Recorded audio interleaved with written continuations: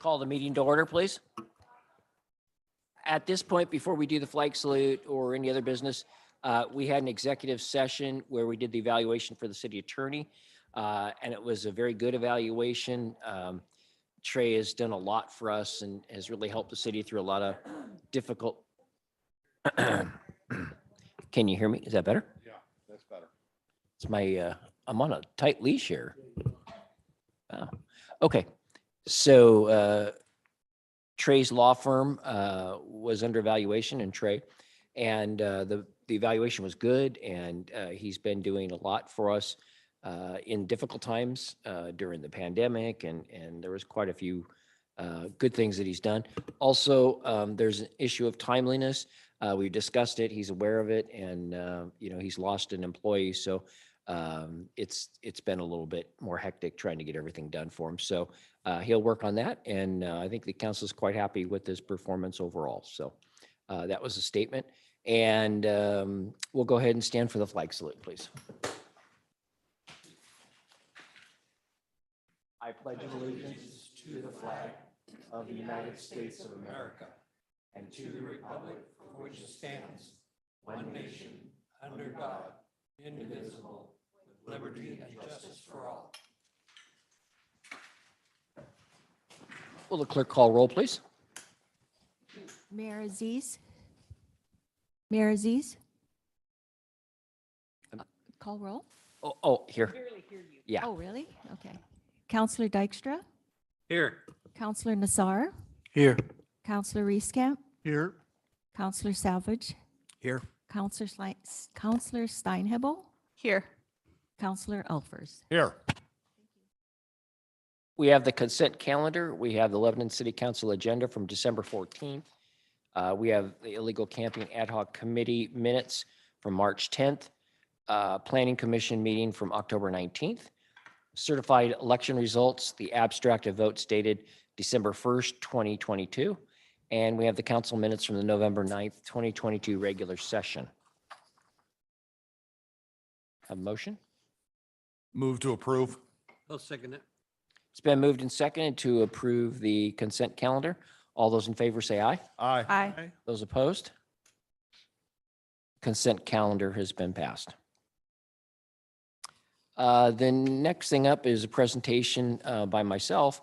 And I wanted to, as my last meeting, go over the last 10 years of where we've been and where we're at right now. Back when we were elected in 2010, the census was 12,950, and we're now up to 18,559.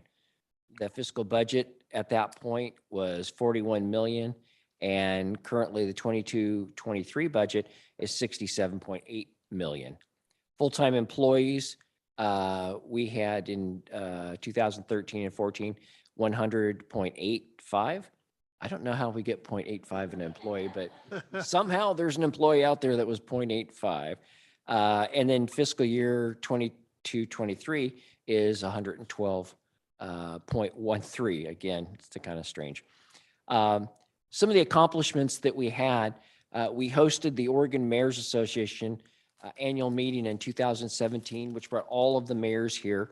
We shut off downtown and had a car show, and it was an amazing event.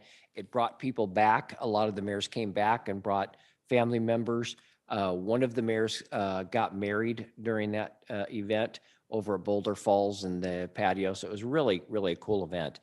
Some of the things that we accomplished, and I say we because as mayor, I'm not going to take credit for this stuff because I maybe have visions for certain things, and the staff are the people who actually made these things happen. So it's not just me, it's the council too. Transparency and technology. We got council iPads and electronic packets published on the city's website, YouTube council meetings in real time and also available later. And the cameras have been changed, so we even have facing the people that are speaking, which is amazing. Remote and hybrid meetings to improve public accessibility. mayoral support for cybersecurity, cloud solutions, maintaining current licenses, and support for online delivery of services during the pandemic in both library and senior center, which was very difficult, but they did a great job. Also during the pandemic, I did Facebook videos for about 2 months, trying to let people know what was going on, what the city was doing, what the city wasn't doing, and all of those things. And those went over very well. We had a lot of people viewing them. And I think it was an important time to be out there and talking to the community. Community development, we adopted the transportation plan in 2018, adopted a housing needs analysis 2019, permitted over 1,000 housing units since 2013, created opportunities for food pods in Lebanon, resulting in Tallman Brewing, expanded the city's economic development program, which included the downtown building restoration program. To date, there's been 20 total grants, a city investment of $142,000, and private investments of $49,000. And I will jump to, okay, the city's economic development program, creation of the Arts Commission and the transition to the Lebanon Downtown Association, creation of the Lebanon Museum Foundation and its transition to a nonprofit, expansion of Western University programs with the addition of 2 new colleges, COVID response grants for the business community, 33 business grants at $5,000 each equals $165,000 went to businesses. Approved economic development agreement to support the master planning for Mill Race. Development of Boulder Falls in 2013. Construction of the veteran homes in 2014. Completed the city's first vision plan 2016 and 2017. A lot of these things also were things on the my platform when I ran, and I know a couple of the other people that ran, Jason Bolin and Rebecca, and these things all were done during that period of time in that 10 years. Trail segments, Mark Slough, Cheetah Lake, including the installation of 2 bridges, West River Trail connecting Cheetah Lake to Riverview Park, Canal Trail from Hospital to North Williams, River Park, Riverfront Trail, and of course the new Mill Trail, and the multi-use path from a highway along Russell out to Cheetah Lake, and there's more coming. Parks improvements, acquired Cheetah Lake Festival site as well as 10 acres to the east. We got construction of Porter Park and Community Garden. And that one I want to talk about because people laughed at that we were going to put a park in the middle of that community. No sidewalks, it was kind of run down, and it just wasn't that great of a place. And we put the community garden in with community input. We had a meeting where citizens were able to give input. We put that together, and the owners of the houses nearby were very excited because their property went up in value because of the sidewalks, the streets, and all of the things that were done to create the Porter Park and Community Garden. If you haven't seen the community garden, it's really worth driving by and taking a look at it. Completion of the first and only accessible playground in the city at Christopher Columbus. Construction of a turf baseball softball field at Christopher Columbus. Installation of a bathroom building at Christopher Columbus, as well as trail segments. Tear down and reconstruction of the failing restroom building and shelter at Century Park, including construction of a turf baseball softball field. Tear down and reconstruction of the restroom building and shelter at River Park. Construction of Strawberry Plaza. And this is another one. This was one of my favorites. This is something that the gentleman who was part owner in the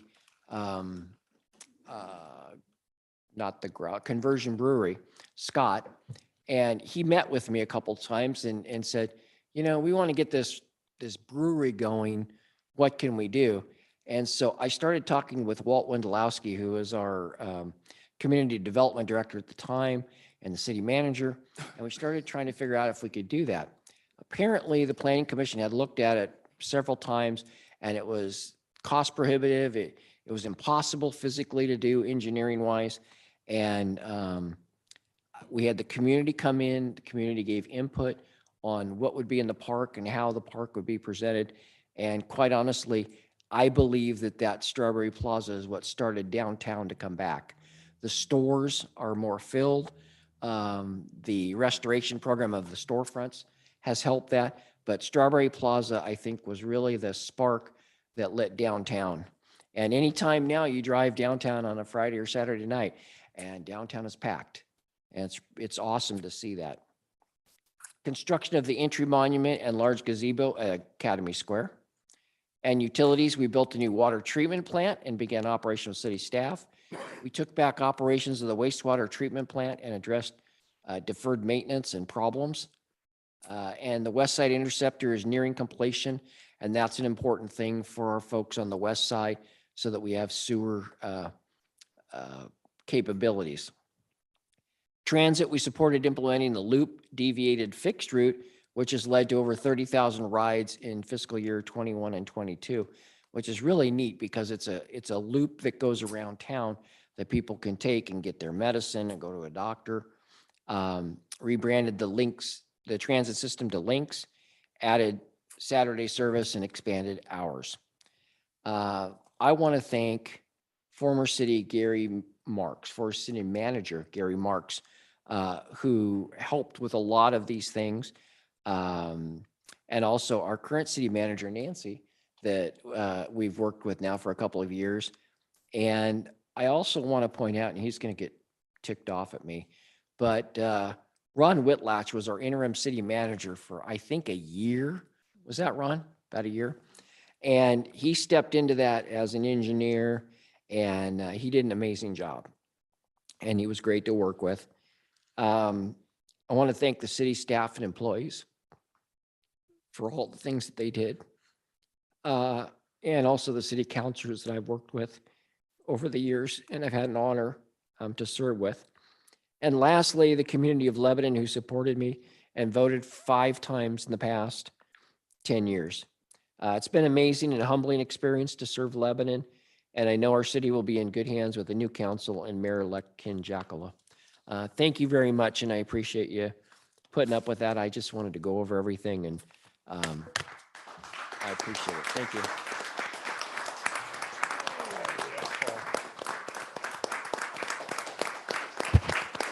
I would stand, but I can't. So.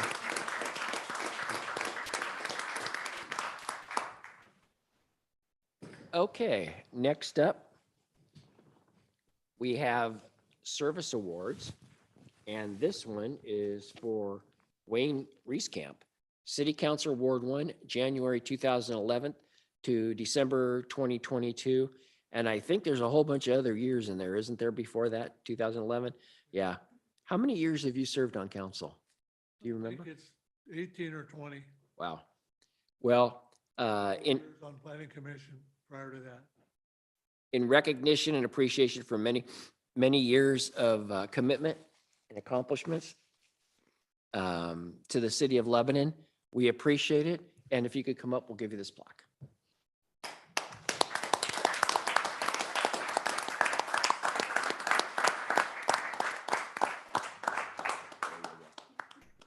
Sure. Thank you. Thank you. Speech.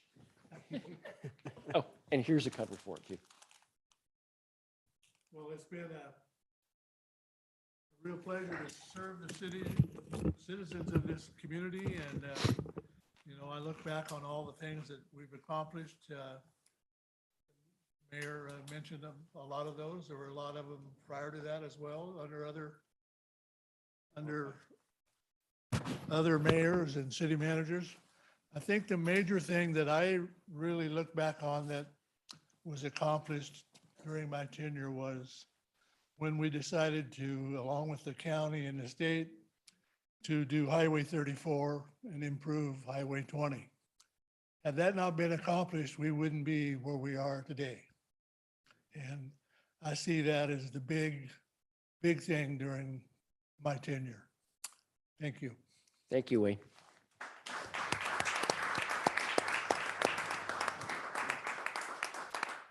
And I just have to say that, Wayne, I don't know if you remember this, but you were in a new or future elected meeting that we had back in 2000, and I think it was one.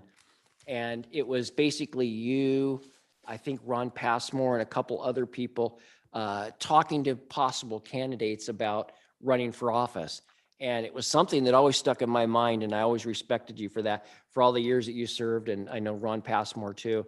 But that was a neat thing, and I'm hoping that we do that again for the next election, is actually have a group of either former officials or current officials and kind of help people out if they want to run for office so that we get good candidates.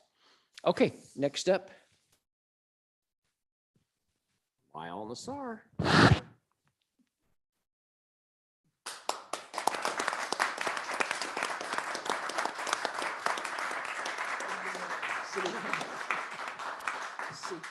Nobody's been as long as Wayne, so you don't have to worry.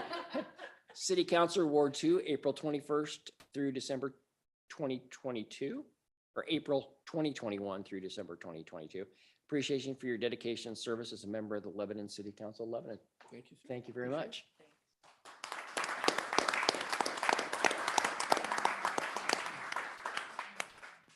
Okay. And you're Yes. next? Okay, you're next. I didn't want to interrupt. that. Okay, I'm sorry. I kind of just went through everything. That's all right. I actually get the honor of talking about Paul. And I want to say to begin with, I have never met a bigger champion for a community, someone who is more dedicated to the community and the betterment of the community than you are. You have led us. For those of you who came in late as we were getting ready for this meeting, we were talking about not having to pull out Robert's Rules of Orders for years. I think that is a testimony to your leadership, your civic relationships with the counselors and with the community, and what you bring to this community for this community.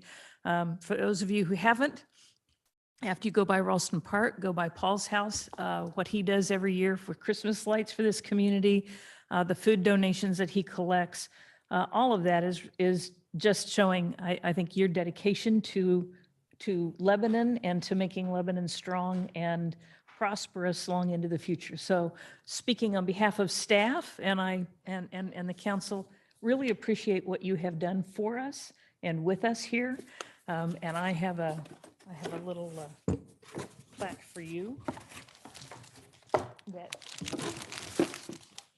This says Paul R. Aziz, Mayor, January 2013 to December 2022, in recognition and appreciation for many years of commitment, accomplishments, and contributions to the city of Lebanon. Thank you very much. Thank you.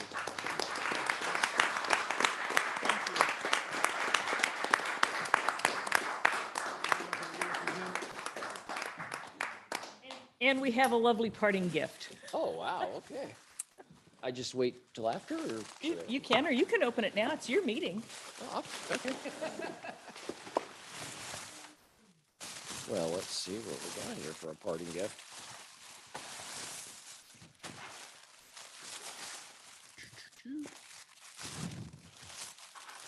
Oh, it's secret agent stuff here. There we go. Somebody went tissue crazy. Oh, nice. My gavel. Yeah, I'm just going to say, That was it. Because I thought this looked like a different gavel tonight when I came. yeah, Thank you very much. I don't think you get to use that at home on Mary, though. Mary? I don't think you get to gavel her out, so. You can try Yeah, once. she won't allow it. Thank you very much. Thank you. Set that there. Excuse me while I clean up the If you, Christmas wrapping. up to- Thank you. and I'll put this back in the box. Okay. Thank you. Okay, next up, we have public comments. Citizens may address the council by filling out a testimony card prior to speaking and hand it to the city recorder. Each citizen's provided up to 5 minutes to provide comments to the council. The council may take an additional 2 minutes to respond. The city recorder will accept and distribute written comments at a speaker's request. Public comments have also been submitted. And with that, we'll go ahead and start the comment section. Tina Core.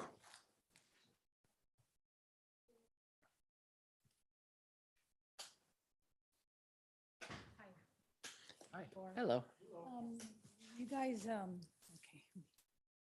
Before.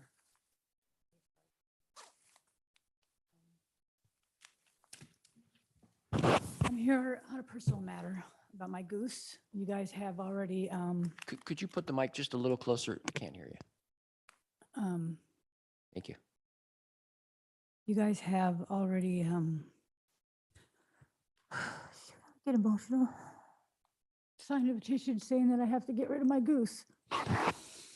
I'm sorry. I wanted you to know why he's getting calls all the time.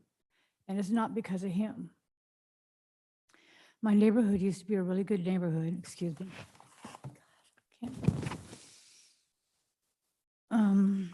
Nice neighborhood. Everybody got along with everybody.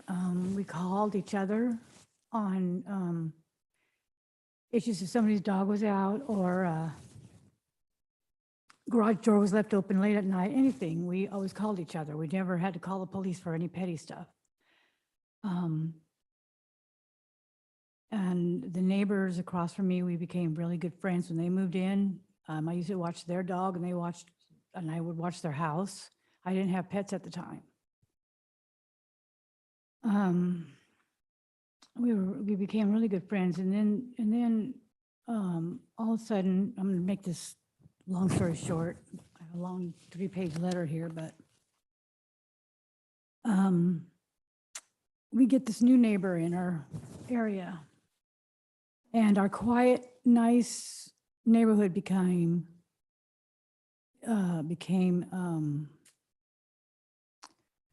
erratic since she moved in. She had made so many calls on my goose, Sunny, and Jax at the time, that they're false accusations, they're superficial. And she just kept calling the police, and there was no reason for it. She accused my geese of attacking her and her kids or something. My Sunny would never attack anybody. If you guys get TikTok on you right now, look at TikTok and look at Tropez, and you'll see I put a bunch of Sunny videos of my geese on there. And you'll see how he's friendly with everybody, from little tiny tots to the elderly. He has never harmed anybody. He's never chased the mailman. He's never attacked anybody in the neighborhood.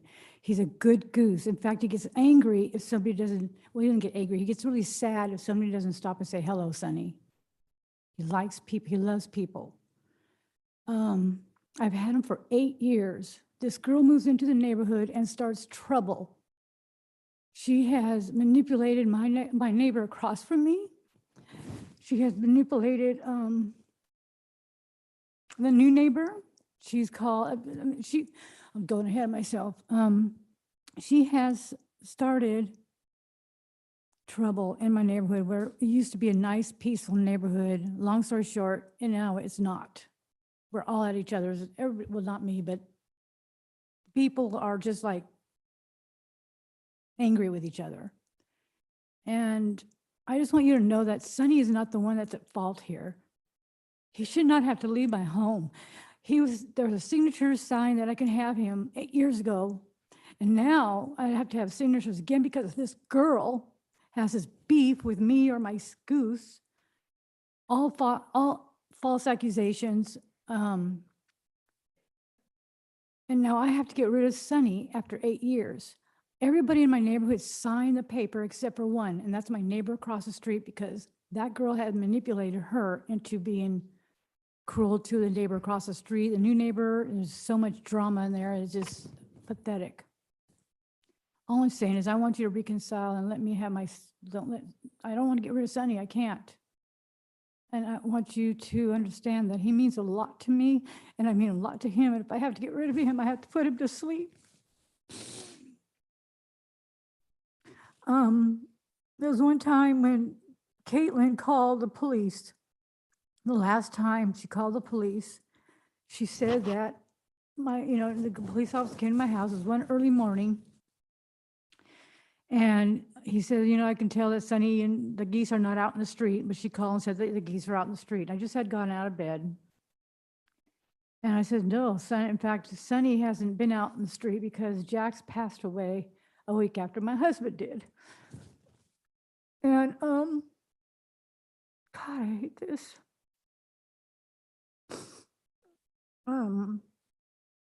So obviously he knew that wasn't true. So again, she was making lies. So then she calls 20 minutes later. And I get to the door and I just got out of the shower and the officer says, she called again, said that the goose is out in the middle of the street. And I said, she has called so many times and harassed you guys. Shouldn't there be a law, or shouldn't she be fined for calling you guys and making all these false accusations about my geese? And he said, unfortunately, he gave me the scenario, why not? And so he said he did tell me he was going to tell her to stop calling 911. But after that, she started trouble with the new neighbor who doesn't want to live there anymore. Hasn't been at the house anymore. She's bawling because all the neighbors hate her because of Caitlin's one neighbor. I know if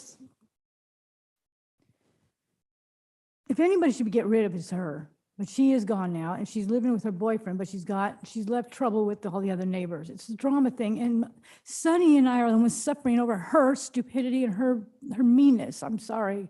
I should have read what I wrote down. God. Okay, can you finish up? Your time is up. Okay, I'm done. I just want you guys to know that Sonny's not the problem. He loves people. I'd bring him in here if I could, but he doesn't have diapers.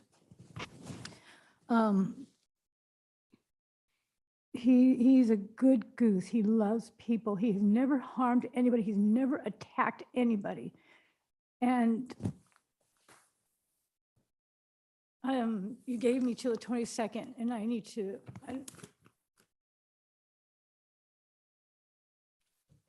Okay, thank you. Will the city manager address the issue? Sure. So in our code, we allow people in town to have farm animals. They have to keep the animals fenced. They have to keep the area clean and odors down. They, in their application, have to submit a petition with the signatures of everybody within a certain circumference from the home. In this case, in applying, there was a person who did not sign. They also have to have no complaints about the animal, and we have on file a number of complaints where the goose has been out of the fence in other people's yards. And the morning that this came to me to sign off on and review, we'd had 2 police officers out working to get the goose back into the fence. It was out of the fence in a neighbor's yard. And so I denied the application. Ms. Kaur has been notified multiple times by code enforcement that this was likely to happen and that she would need to rehome the goose. She's not been told she has to kill the goose. She needs to rehome the goose. And the code enforcement officer has given her several places in the near area that would take the goose that are more rural locations and not inside the city limits. That information has been shared with her in terms of both the time she was given a month to deal with this and those options for her to rehome the goose. Any council comments? Okay. Signatures have to be unanimous? They do. They all have to be. And it's 300 feet. Thank you. Thank you, Nancy. Teresa Newman up next.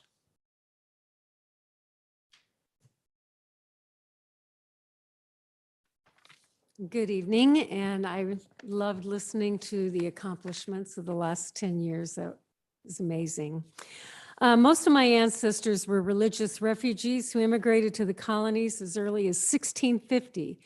They were persecuted French Huguenots who were tortured, enslaved on galley ships, and killed for their faith. As a matter of fact, the very word massacre was coined to describe their slaughter.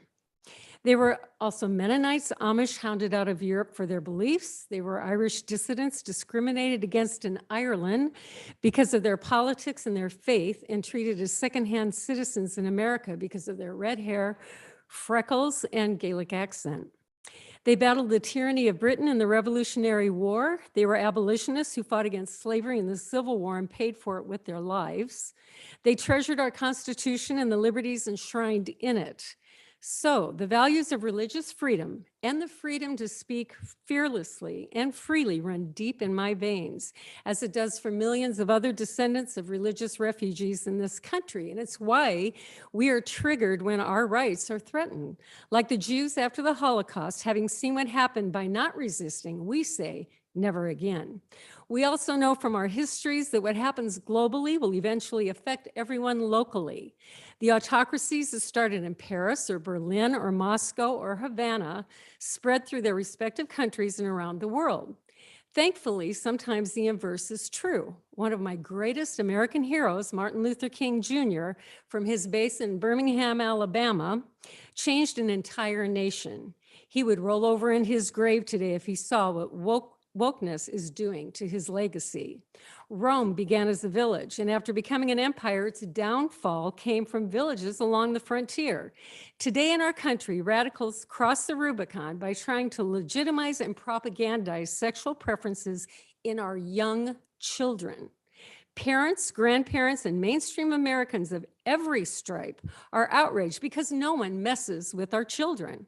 What happens in California or New York or Chicago or Seattle or Portland does not have to happen in Lebanon.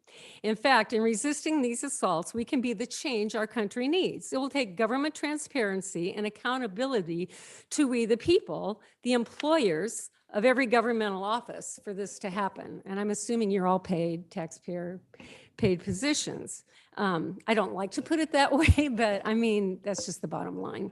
So in that vein, and I admit I'm new to Lebanon politics, I've been here for 45 years and I just started coming, as you know, a couple months ago. So I'm fairly ignorant of how certain things run. It's a little complex. I guess I know you had a private meeting tonight. I don't know why it was necessary that it was closed to the public. It was sensitive, but still, I mean, why wasn't it open to the public? Shouldn't all meetings be open to the public regardless of what it's about? And secondly, this was really interesting to me. I did some digging and I found out that Cassie Cruz's position is also taxpayer funded. Now she may be doing some great positive things for the city. I don't doubt that she's done some really good things, but I have to ask, is it ethical for her to be using her job as a platform to promote identity politics in a community that clearly does not support her woke activism? So this is something I've noticed just in the last couple of months. I'm kind of astonished that there are certain people that have such great input here. And, I realized she was voted in by the Lebanon Downtown Association, who many of them are volunteers, but there's a lot of unanswered questions. I'd love there to be more transparency for citizens like me, so we don't have to do this kind of digging, that we just know ahead of time, are these people paid by us? Why do they have this position? Why do they have so much power and influence? And I just think it's only fair we know that. So anyway, Merry Christmas to all, and God bless us all. Thank you very much. Thank you.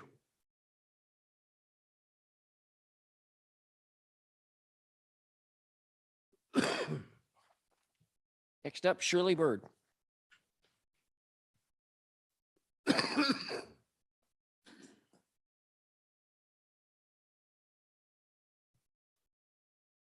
Hi, good evening. I'm here to address the council as a community health worker for the state of Oregon and a business owner in Lebanon about illegal. Something happened with your mic. Is You the need- red light on the push? Now it is. Sorry. That's better. There you go. I think we can all agree that homelessness deserves greater political and public attention towards a solution. I acknowledge that compassion without limits will not solve this crisis. I understand there must be a balance between the concern for the houseless and with the concern for the broader community. I wonder if anyone on this council knows what the point in time count reported as the number of houseless people in your community. It was around 50. 50 people in 2022. But realistically, it's much, much more than that. You have 220 homeless children in your school district. CSC Housing reports that they had coordinated entry for 111 homeless people from Lebanon in the last year. If you disbelieve these numbers, I invite you to join me in the pit count coming up in January. The City of Lebanon created an illegal camping ad hoc advisory committee on February 10th, 2021. Can anyone please tell me how many meetings that committee had to address this very important topic to our community? 2. 2 meetings in 2 years to address the many desperate lives in your hands. 2 years of leaving people waiting on the streets. Then the committee was disbanded before the council had a chance to question, oppose, or approve the committee's recommendations. The recommendations of the committee are insufficient at best and a community nightmare at worst. The space you choose should be big enough to accommodate all of the people. Overcrowding will cause an array of problems, from overuse of resources to disputes between campers. None of the spaces proposed provide a complete shelter from the elements. Exposure to the elements in the chronically homeless leads to a death 20 years earlier than a sheltered person. The purpose of making unhoused people move every day is to wear them out. Can you imagine having to pick up and move all of your possessions every day? It's just textbook psychological warfare. Who will manage this camp? Are you using police funding to manage this camp? Or is it the community tax dollars that will pay our city workers to make sure the property is managed?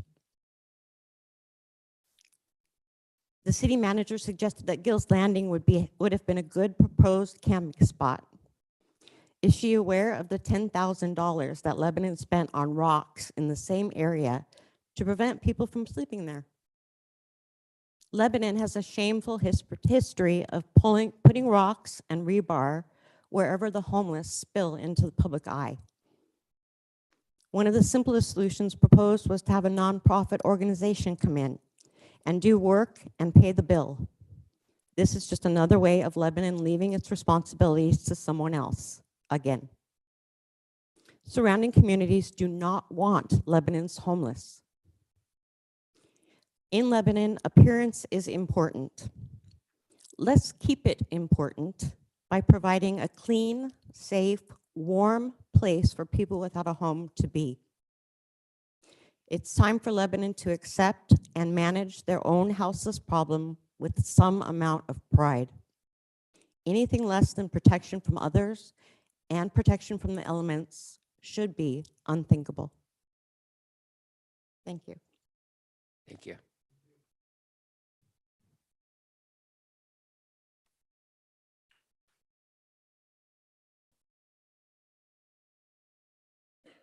Brock Byers.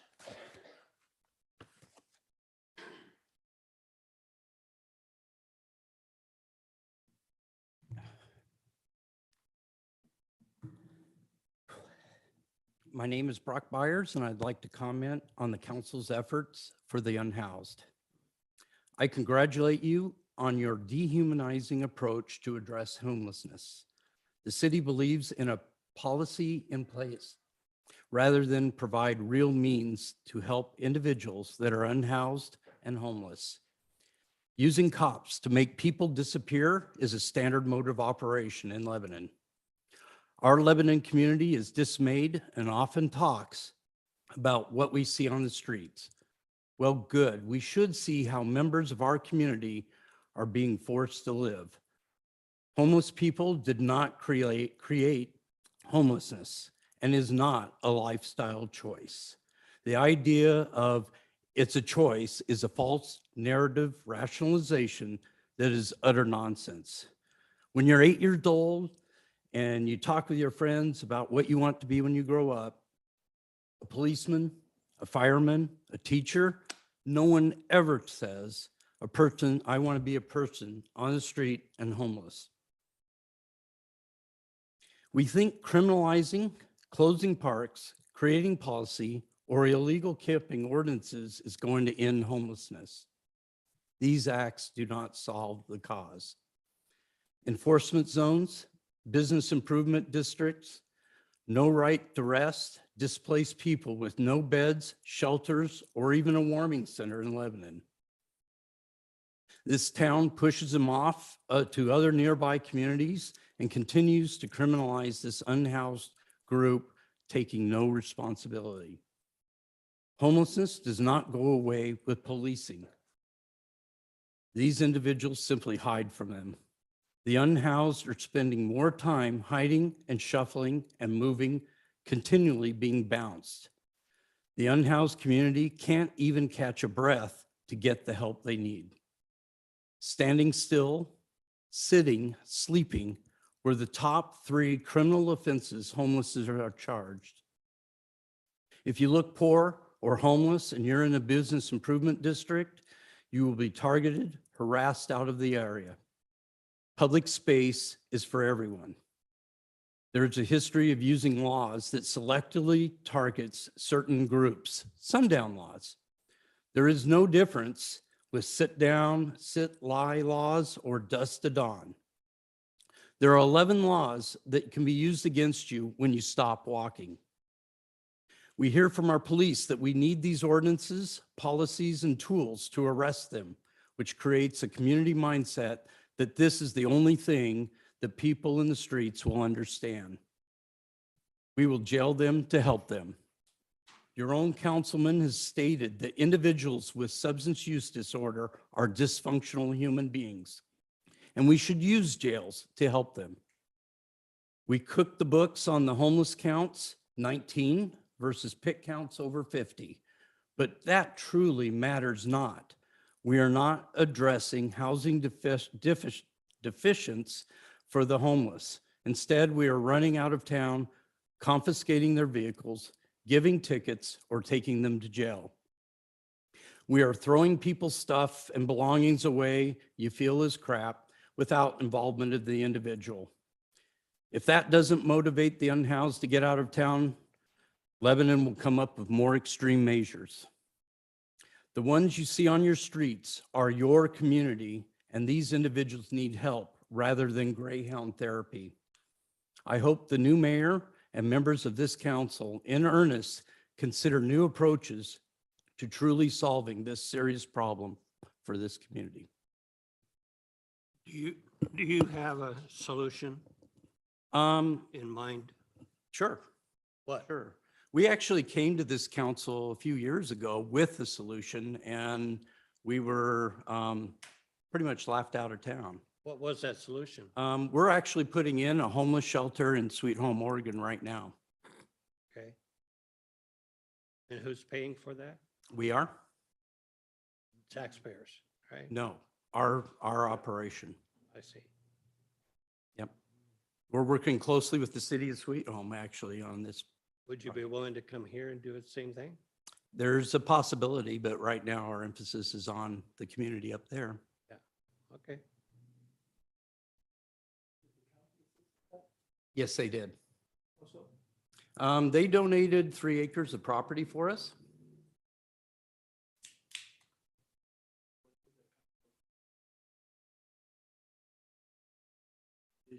Yeah, so the operation is essentially, we have a community navigation center. We are putting in 30 emergency micro shelters. We have, well, over 30 partners that we're working with.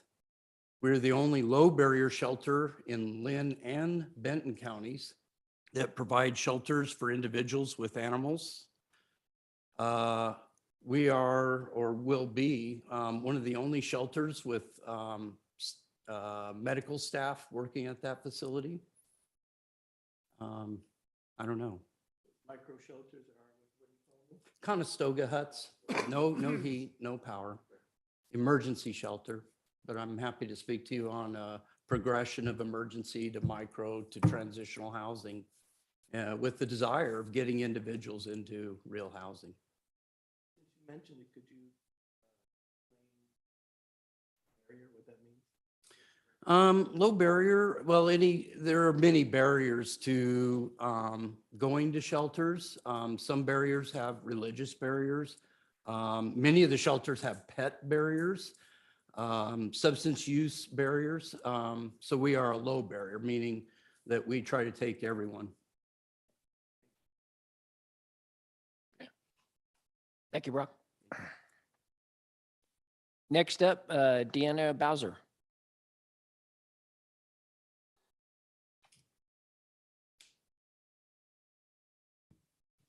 Good evening. I'm also here to talk about the homeless. I am the head of the neighborhood watch at Ralston Park, and we have a lot of homeless individuals that camp there on a regular basis. It was brought to my attention just recently that one of the sites that you have talked about, or the committee has talked about for putting in for camping, was the gas station that is owned by the city, the old gas station that's owned by the city. And the neighbors within that area are concerned about that. We have a lot of crime in that area, just it being Ralston Park. And I know that the police department does what they can. We have a lot of campers in that area as it is right now. I came home one day from work and had a tent set up next to my house. It's not really viable for that area. Would have loved to have known that there was a committee that was even looking at areas so we could have been a part of that or sat in on the meetings. I've got a letter here from the CPA office across the street. I've got a letter from my neighbor. I know that everyone is concerned about having a homeless camp right downtown and right at Ralston Park. It's just doesn't seem to fit with going through town. That doesn't seem to be viable for homeless people. So I agree with what the last gentleman said. We need to find a better space. And I don't think that Ralston Park is actually it. Do you have any suggestions? I really don't. I've only been here for, since 2017. And I bought my house in the fall, and the following summer I was shocked at the activities at Ralston Park. Cried to the point that I was ready to take the loss. It has cleaned up a lot, I would say, in the last few years. I seem to be the Gladys Kravitz of the neighborhood. We have a lot of activity at the park. I wish I had a great solution. I would like to be in on the meetings for the ad hoc committee. I would love to see a solution. I would love to be part of the solution. Great. Maybe a church that, like the church behind my house, that has tons of room in it that they don't use. I don't know. But I don't think that an empty gas station parking lot is the place for it to be, where there's businesses and there's families and there's children that would love to come play in the park, but they're afraid to go there now as it is. And we have so much crime, and even more so now that the liquor store is downtown. It's just not viable. I'd like to go ahead and give those to you. Anyway, from me and my neighborhood, we'd like to maybe see some other areas other than right downtown. Friendliest city, but is that what we really want to project when people are driving through our town? There's a homeless camp. Anyway, thank you for your time. Thank you.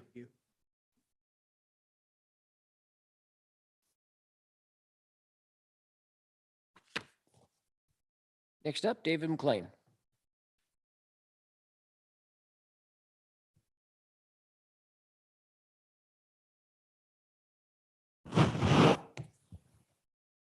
Good evening, everybody. I'm David McLean. I live at 430 Hyatt Street. I've been one of your planning commissioners for 7 years. So I know just about every one of you. I don't know if all of you know me, but I made a few notes just a few minutes before I came here. So yes, I am unprepared. Paul, Wayne, I'd like to thank you personally and from my family and friends in the city of Lebanon for the tenure and the years that you've given to Lebanon and the decisions that you've made and the accomplishments that you've had. Paul read some of those accomplishments, but I'm sure there's a lot more than what was read tonight. And I appreciate it, and I know everybody else does. Thank you. You've promoted family values. You've kept our town safe and peaceful. You've protected our Strawberry Fair month and looking ahead and planning for Lebanon's future. The decisions you've made today are the consequences for tomorrow. Lebanon thanks you and very proud of you. I will be more involved for my family, myself. I have been awakened and aware of how much help you guys need here lately. It takes a lot of community involvement. It takes input, and there's a lot of information out there. And we can help you do your job better if we do our job better by getting involved. I will support the new mayor and council members and work toward a community that's built from wisdom, respect, and friendliness. I'll stay on the planning commission as long as I can, and I'll do what I can for the city of Lebanon. It makes us all safer and happier and more prosperous. I have a lot of suggestions for the new council, and I'm looking forward to coming to future council meetings and talking about those suggestions and maybe helping come up with some plans. And as the folks here, previous speakers before me, talked a lot about homelessness. And it is a problem, but I think that maybe re-examining how we're doing things and coming up with some new ideas might be helpful. I have a few, and I'm looking forward to working with the new council and doing that. And again, I thank all of you for your work. I know it's tough sometimes to sit up here and you know, take it all in and try to come up with solutions that will make everybody happy. That's impossible, and you know that. So I'd like to thank you for having a citizen's comments. I think that this is a great idea. It's a fine example of freedom of speech to let everybody get up here and have their say. And I want to thank each and every one of you. Thank you. Thank Merry you. And thank Christmas. you for your service too. Appreciate it on the Thank you. planning commission. Okay, were there any other cards? Else? Okay, seeing none, we'll move on to the regular session, authorizing a supplemental budget for the 2022-23 budget, presented by Brandon Nish. These members of the council, thank you. Before you is Turn your mic on. Red light. Finicky little things, aren't they? Before you is a memo, as well as a resolution outlining the need for a supplemental budget. We, over the course of the year so far, which started in July, our fiscal year, we've received two grants, one at the senior center and one with the community development department, specifically for economic development. The senior center, a grant totaling $8,500, and the community development department received a grant from Lynn County, the Lynn County Commissioners, in the total of $11,750. Both of those, we need to budget both the revenue item and then the related expenditure authorization so that they can spend that money this current fiscal year. The third adjustment is for funding received from Build Lebanon Trails to construct a lighted crossing. Actually, it's on Tennessee. No, Tennessee? I think it's Tennessee at Beaton Line. The city's slated to receive $20,000 towards that project. And so we would like to budget that revenue and the related expenditure authority in order to complete that lighted crossing. And lastly, the IT department had some additional rollover in their internal service fund, in the IT internal service fund. Part of the policy dictates that for any leftover funds at the end of a fiscal year in those internal service funds, Yes. departments discuss what to do with those funds, whether to leave them there or return them to the various funding sources.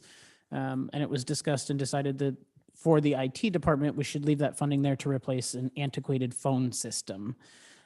So what we are seeking is additional budget authority in the IT department to the tune of $123,000 to begin that process and try to finish that off, as the phone system is well out of date citywide.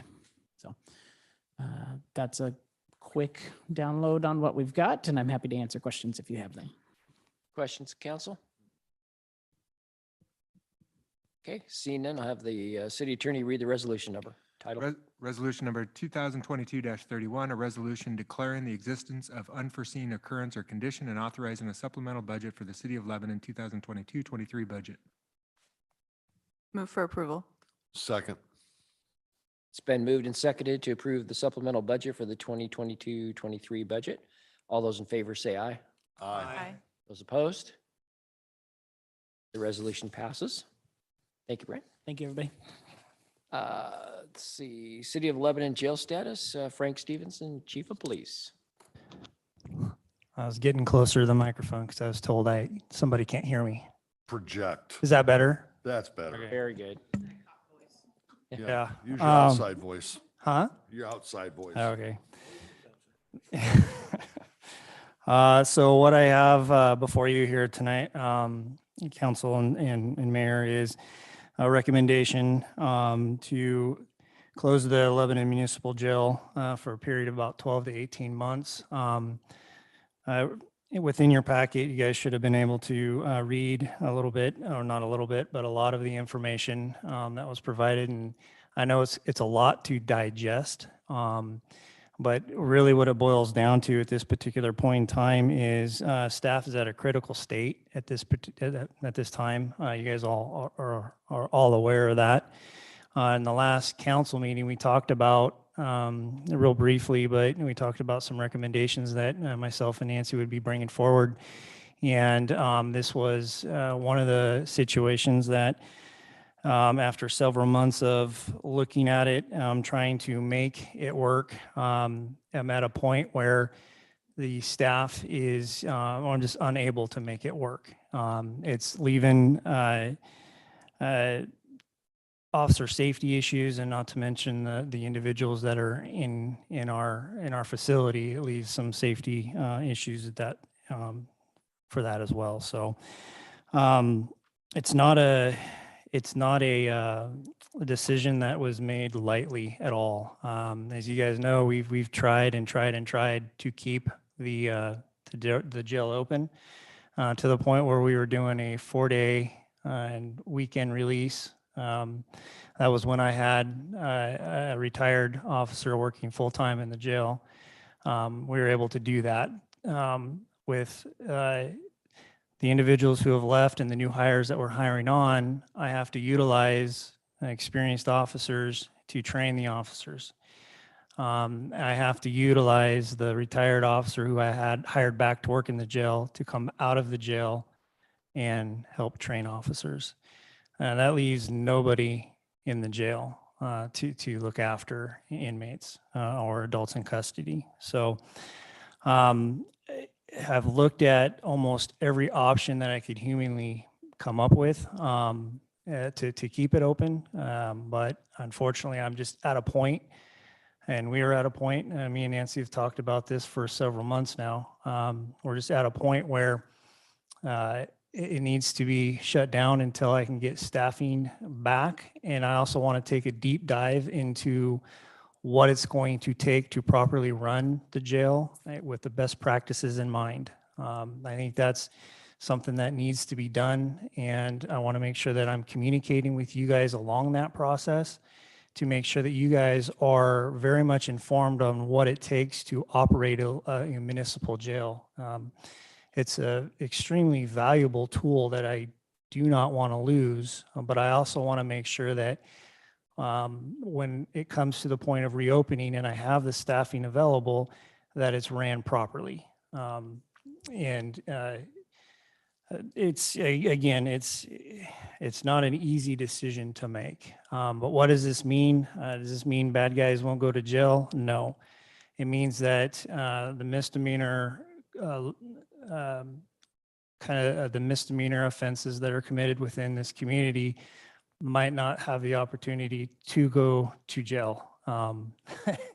But it will still have the capabilities of utilizing the Lynn County Jail. That's going to be on a case-by-case basis. We're in talks with the Lynn County Sheriff and are communicating what is going on in our situation, letting them be aware. All major crimes, of course, felonies, those will continue to go over to Lynn County Jail. So it's something that myself and Nancy have talked about. I've talked to my staff about this.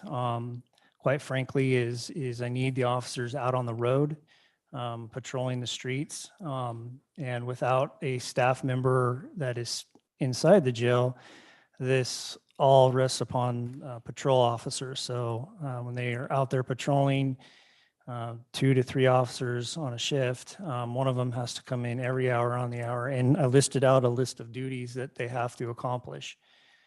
So it's a lot more than just coming in and checking. There's a lot more to it, and that takes the priority off the streets and into the jail. So with all of that information, hopefully I'll be able to answer any questions that you guys have moving forward. If I can just add Oh, my go 2 ahead. cents here. I think we have talked around this ad nauseum. And for both Frank and I, it comes down to officer safety and community safety. And every time we take an officer off the street to check the jail, we don't have the officer attending to what's happening in the community. And we are seeing there is criminal activity in the community. There always has been or always will be. And we aren't able to get to that timely because we are dealing with taking officers off the street. That also means we don't have coverage for the officers remaining on the street. With so many people in training, it's just an issue of safety for everyone concerned. And we don't want to have incidents where we have an officer or community member injured because we don't have an officer available. So that's where we are. Neither one of us like this. We did meet with city attorney and the municipal judge and had a discussion. I think they are in agreement with us. They don't care for this, but recognize this is the only solution we've got for right now. And we are working with Lynn County so that if the judge feels like he's got somebody he really needs to sentence to jail, we can hopefully get them a bed at Lynn County Jail. So we are working on that alternative. Yeah, also concerned about liability to the city for the safety inside that jail. If inmates start beating the heck out of each other, we're the ones that are going to be on the hook for it. What's our daily inmate count? When we're average is about 6 to 7. 6 or 7? Yeah, and then when we went to the 4-day, it kind of dropped to about 3. 3, did you Yeah. say? Mhm. Yeah. Yeah. This is an unintended consequences going back to the beginning of COVID when we started losing officers. Yeah, and it's a Manning thing that we saw coming. Yeah, I mean, unfortunately, it is exactly that, and it just comes down to the manpower and staffing levels, and making sure that again that I have officers out there covering each other and able to respond to calls, not to mention, and then making sure that adults in custody are being taken care of and issues being addressed as they come up.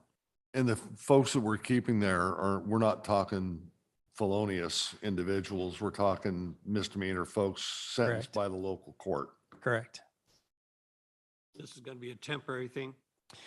Yeah, it'll be a temporary thing for about 12 to 18 months. As long as it takes you is- to grow some more cops.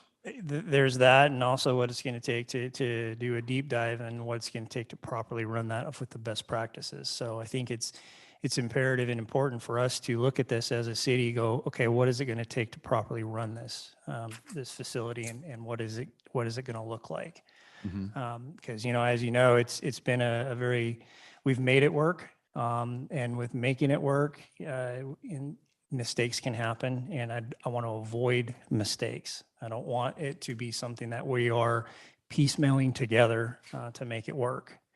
So that's one of those things where, in order for us to really recognize what it's going to take, I want to make sure that I'm giving you guys the proper information.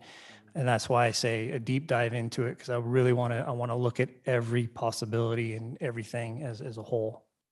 It's almost like it's its own entity. The jail needs to be its own entity. Absolutely, yeah. With correctional officers, not sworn police officers, that lightens the load for your guys. Absolutely. Absolutely. And that's something that, myself and Nancy have talked about. And it's something that, again, but what is that number? I can't tell you right now. What does that look like? I don't know. And so that's, one of those things, again, I want to make sure that when I reapproach this, that I have the proper information, the proper numbers for you guys to digest. So. Thank you for your due diligence with Nancy, and that report was good because I was able to read through that, and after talking to Nancy, understand everything. And it's not an easy decision, but being out on the streets before, I understand you need backup, and having someone in the jail isn't as important. So it's just, like you said, it's an ugly solution, but it's really what we have to do. Right. When are you looking at implementing that, or have you? Immediately. Okay. Immediately. It's, as you well know, right? My staffing levels are low as they are. And, I want officers out on the streets, and I want more than just one out there handling calls. So.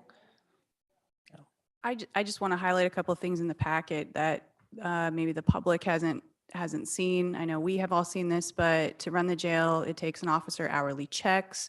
They have to take the prisoners, or the adults in custody, excuse me, to medical or doctor appointments. If they have an emergency situation, they have to make sure they're getting shower, outside time, breakfast, lunch, dinner, make sure, of course, it's clean. It's, when I read this list, it was very clear to me that that is something, I don't know, that you could just tag in and tag out and do. So I know one of the things I've received from the public is, how could we be creative?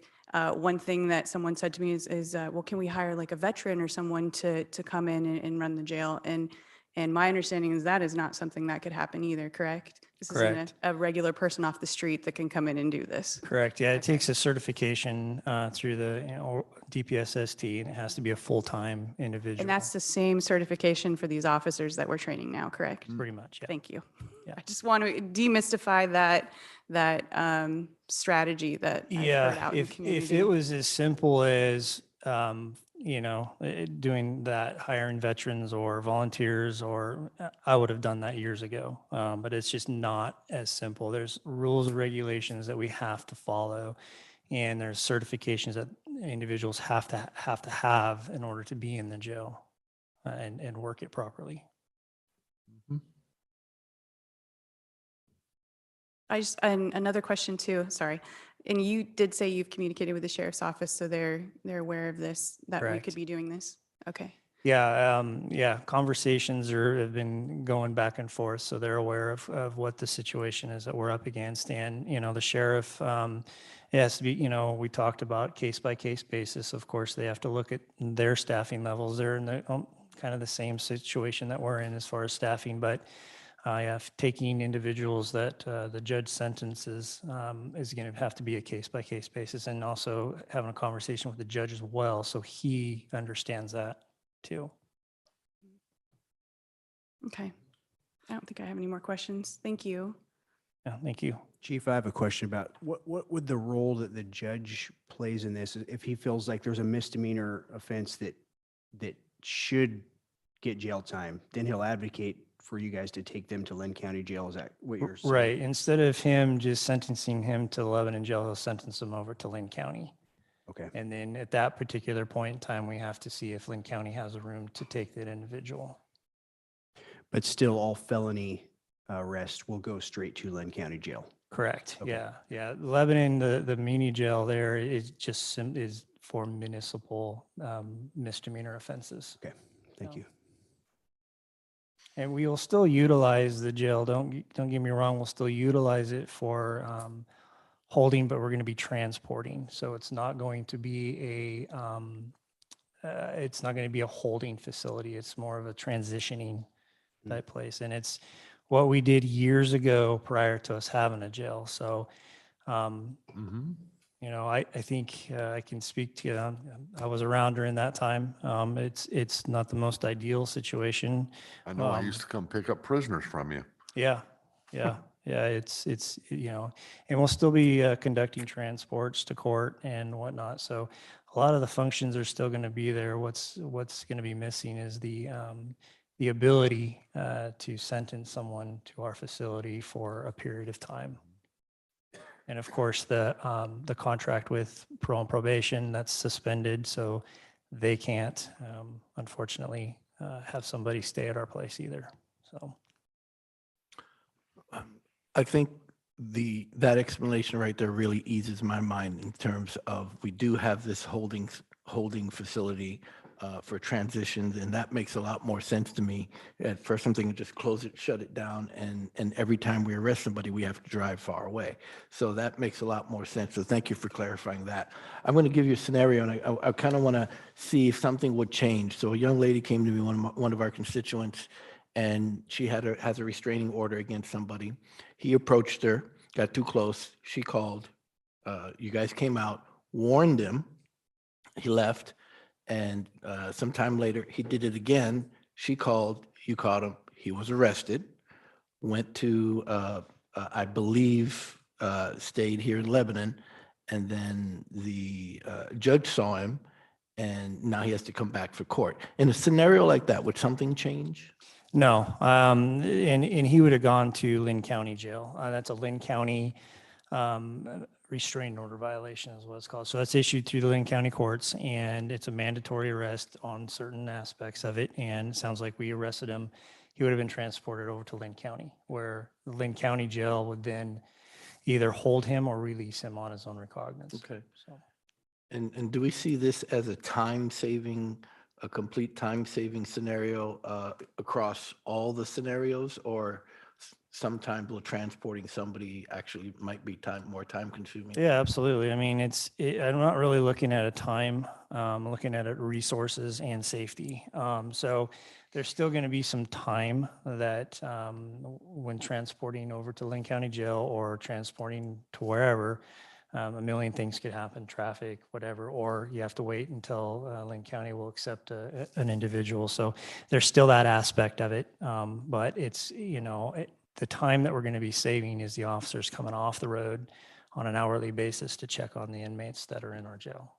So that's where the time is going to be saved, as well as safety. And they'll be out doing what they should be doing, which is patrolling and answering calls of service. And that's the safety aspect of it. I just want to say thank you, because I know you have a high level of expectations for everybody that works with you, your entire team, and the jail. So knowing that you've been putting the time and energy and with Ms. Nancy to come up with some solutions. I know they're not the best solutions for the resources that we do have. But again, the resources that we have available right now, this sounds like what you need to do, and let's just make it work. Oh, thank you. Thank you. So Frank, really if I understand it correctly, really the only impact is going to be on the muni sentenced folks. Correct. Which is not very many right now anyway. Well, correct. So it's there's no shortage out there. Well, I understand you always have replacements. Yeah. But it's not like we're letting loose 20 people on the community kind of thing. No, I'm not letting loose. You know, if the offender is violent or there's more to what it is, then, you know, my objective is to not release them, to get them over to Lynn County Jail. Right. So, So that doesn't change at all. no, That's always been your deal. Correct. So it's Yeah. just the muni sentenced folks that we're Correct. dealing with. correct. Okay. Yep. Right. And, you know, really that's, you know, they're the ones that holding accountable for committing crimes here in this city. So that's just going to look a little different for the time being, For a while. for a while. Yeah. I like the fact that you've got a strategy for the other end of it. You know what you're wanting to get done. Too many times we have people just say, can't do a thing, don't know what the solution is, but I can complain. I like the fact that you've identified, you've worked with everybody. You've got an exit strategy and a reentry strategy. So you know what you got to do. I like that. Oh, thank you. It looks like we just need a consensus. I would, a motion that you just agree with staff on that would be helpful, I think. Okay. I'm prepared to make a motion. I'll second that. Okay, that was quick. All right, I didn't have to say anything. You're good. I didn't have to do anything. Okay, I'd like to make a motion that we temporarily, and I'm holding you to that, close the Lebanon Municipal Jail for no more than 18 months until we can properly staff the jail. I'll still second it. Thank you. It's been moved and seconded to close our jail for a temporary basis up until 18 months. And all those in favor say aye. Aye. Aye. Those opposed? Okay, the motion passes. Thank you, Chief. Thank I do you. have a question. Will we be putting something out, a press release or anything like that to kind of explain again to the community what's going on to keep people at ease? Will we be doing anything like that? We haven't talked past what would happen tonight. Right. Our, Okay. our main focus has been, again, and hats off to Nancy for working as hard as she worked too on this topic. That's been our main focus, is looking at everything, and then wanted to bring you guys up to speed and bring you guys kind of where it's at. And I think I have not thought about doing a press release. I think as public as this is, and probably will be, I think the information will be out there. I'll probably be getting some phone calls after I leave here tonight, actually. So Probably on your way home. possibly. I'm thinking, hearing the conversation between you, KJ, and the chief, keeping it as simple as basic, letting folks know we're not changing the way we're policing. It's only about whether or not we keep folks here locally for long periods of time versus somewhere else, that it's not really going to change. As a matter of fact, it's going to augment safety in our community. Because we're not letting people out, we're not doing this, not doing that. It's really, you know, my suggestion is keep it simple, but straightforward, and exactly what folks really want, which is increased safety in our community. And this is a way of doing it and balancing our resources properly. We'll work on that tomorrow. I will say I'm sort of torn. There's certain people I don't want to have know that the jail is closed. I mean, You I know, did peek around, Albany doesn't have a municipal jail, and it doesn't appear that Sweet Home does either. So we're right in the same, I mean, we're just like our neighbors, honestly. It's actually very rare to have a municipal jail. We had something extra for a while. Yeah. I will say that as I did put myself out there and make this motion, I do plan on following up with you to see how those plans are going over the next 18 months. So I'll be Do I hear calling you. committee?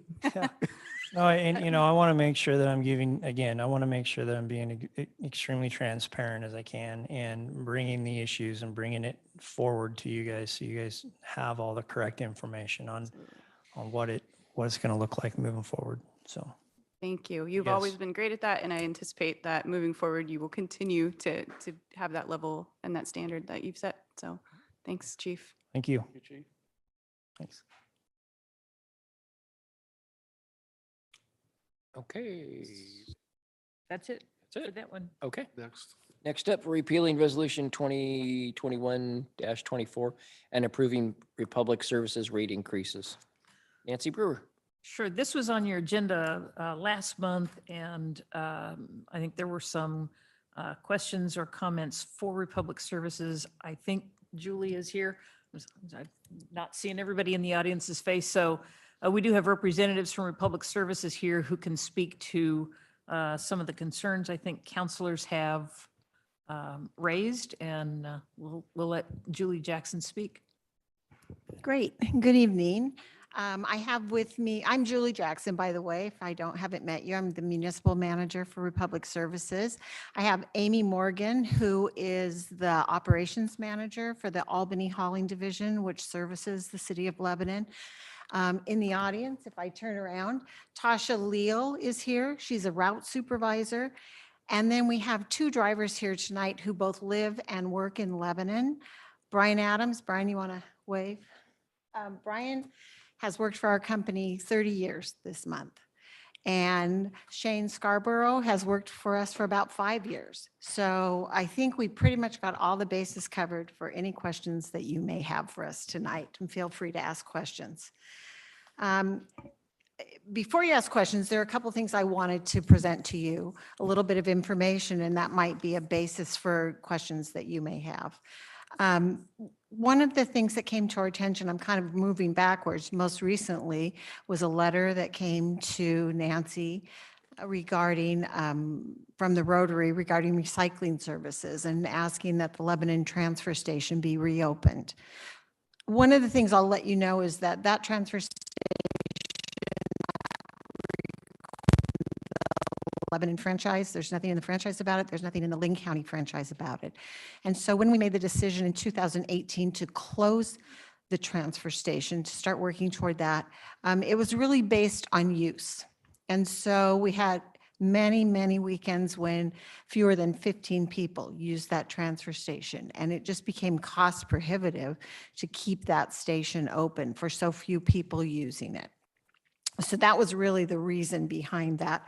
One of the things that Amy's been doing is she's been talking with Jason Williams here in Lebanon since about September, early fall, late summer, about the possibility of providing some more recycling services. Now, you have weekly recycling. All residents have weekly recycling. So we're not really talking about the stuff at the curb. We're talking about some supplemental materials like specifically electronics and scrap metal, and I think cardboard is another one that we've talked about.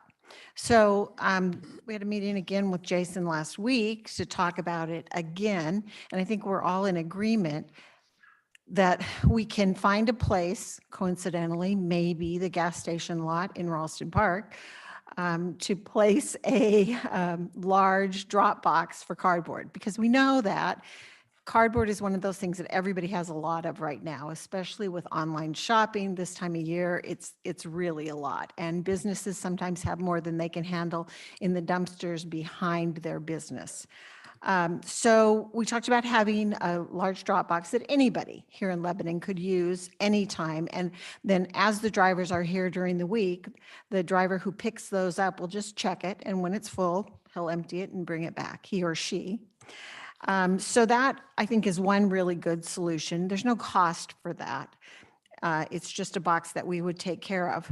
The other two things, scrap metal and e-waste, pose a little bit different kind of problem, because e-waste is regulated by the Oregon E-Cycles program as to how it can be collected. It needs to be collected under cover. It needs to be in a staffed location. One of the things that we find in Albany years ago, we moved our e-cycling collection to a staffed, covered facility, because we find that people tend to shop at those locations if it's not staffed, and that's prohibited by the E-Cycles program. So that one poses a little different problem. Scrap metal is kind of the same thing. As metal prices go up and down, the interest in scrap metal boxes also goes up and down. So we know that those things can't just be placed someplace and left open. The solution that we came up with in talking with Jason is that we could hold 4 events a year, 4 recycling events a year, probably on a Saturday morning, likely, where we'd come and collect both scrap metal and e-waste and excess cardboard As we work through the new recycling laws, the Recycling Modernization Act that the legislature passed about a year ago, we think there'll be other things that might be valuable to collect or that might be required to be collected in communities. So I think holding 4 events a year could be a really good way for us to do that. In addition, we also do the hazardous waste event. We call it the East Lynn County Hazardous Waste Event, but we do hold that here in Lebanon. So that has to be on a different kind of location. And Amy, we kind of talked about doing it on Public Works property. Yes. So in speaking with Jason, he's very open to the idea of us holding it there at the maintenance yard on a Saturday, as we do every year in the spring.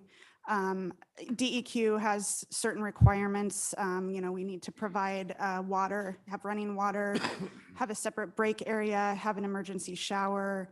And that has become very difficult for us to do out at the transfer station where we've been holding it. So we're looking for a different location, and Jason is very open to us holding it there.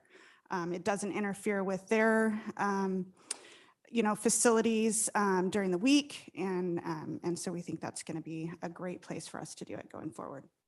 So in the spring, we also do a spring cleanup, and it's a recycling event in the spring. That would count, I think, as one of the 4 events throughout the year. And that would be an expanded one. So if you haven't been to that, we take all kinds of, any kind of yard debris, unpainted wood, scrap metal, and we also take appliances at no charge during that event. So refrigerators and all kinds of appliances that otherwise there would be a charge to dispose of those. And electronics are collected at that event as well. So there would be that expanded event in the spring, and then 3 other events where we take probably cardboard, electronics, and scrap metal, and then kind of use that as a sounding board to figure out, what does it look like? Are there other materials that need to be collected? Is that sufficient, et cetera? So, so that's kind of I'll leave it at that for that. Do you have questions about that? Okay. The quarterly event sounds really good. Because I know that trying to collect that constantly and on an ongoing basis is difficult and it's cost prohibitive. But having those events 4 times a year, I think, would be really good for the community. We're seeing stuff dumped everywhere, and we don't need that. And I don't know if people would bring cardboard to a specific spot. There are times. Yeah. I mean, I do, but I'm probably an anomaly in some cases because I we work use for the our company. recycle bin for that. Yeah, but Yeah. sometimes, Yeah. Of course, it depends on there's how a much lot you of them. have. But this How time much of year- Amazon shopping you're doing. Right, right. Or how much you don't want your neighbors to know how much Amazon shopping you're doing. That's true. So I think we'll go forward with that. We're going to kind of count back from that spring recycle event, which is already scheduled, and sort of try to just do every 3 months, do an event. It may be a little bit longer or shorter than 3 months from the first to the second, but then we'll get on a schedule for the following year. Mayor, I agree with you. My question was going to be, is that something that we are going to be able to count on? Is it going to be in the contract, or is this just something that you're offering now as a supplement to? No, I think it's something that you can count on. This is one that's pretty simple for us to do, and I think there's a lot of benefit for not very much extra effort on our part. So yeah, we'd be glad to continue doing that. I also wanted to address customer service because I know that came up at the last meeting. So I did a deep dive into what's happening with customer service. I'll just really briefly tell you that when COVID hit, we immediately sent folks to work remotely. And what was discovered was that those people liked working remotely. I think if you look at the industry, the customer service industry, very few people are sitting in a call center any longer. They're sitting in their apartment in their jammies if they like, and they're pretty happy to work that way. And we know that turned into a very positive thing. So when we could bring folks back, it was decided that we would let customer service representatives work remotely. Some of them are at home, or some of them are in wherever they choose to work. But as with almost every other business that we know of, there has been a real problem keeping and getting employees right now. We don't 100% understand it. It's a pretty good job. It starts at about $20 an hour with full benefits for working at home in your jams. So that's a pretty good deal, we think, for most people, but it has been difficult to get and keep employees. So here's what I found out.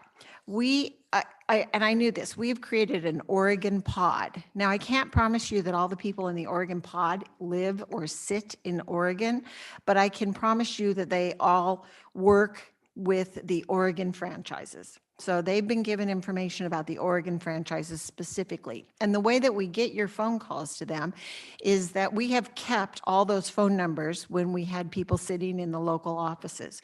So any call made to an Oregon phone number goes to those representatives. So that's how we do that.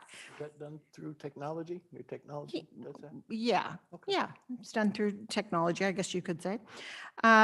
We have 30 people. For 2023, we've been told that we've upped it by about 6. So we have 30 people who we could have working in the Oregon pod. Currently, we have 14 people answering the phone. And that may be something you've noticed. Those folks are working hard. It's a really hard job, but there aren't enough of them right now. The really good news is that on December 2nd, we hired 10 more people for the Oregon pod. So that gets us up to 24 people. They are training right now. There's a lot of training for them to do, but they should be answering phones by the end of the month. And then we have what we call recs, or we have listed 6 more positions to get us up to 30 people. And so more than doubling the number of people who are currently answering the phones.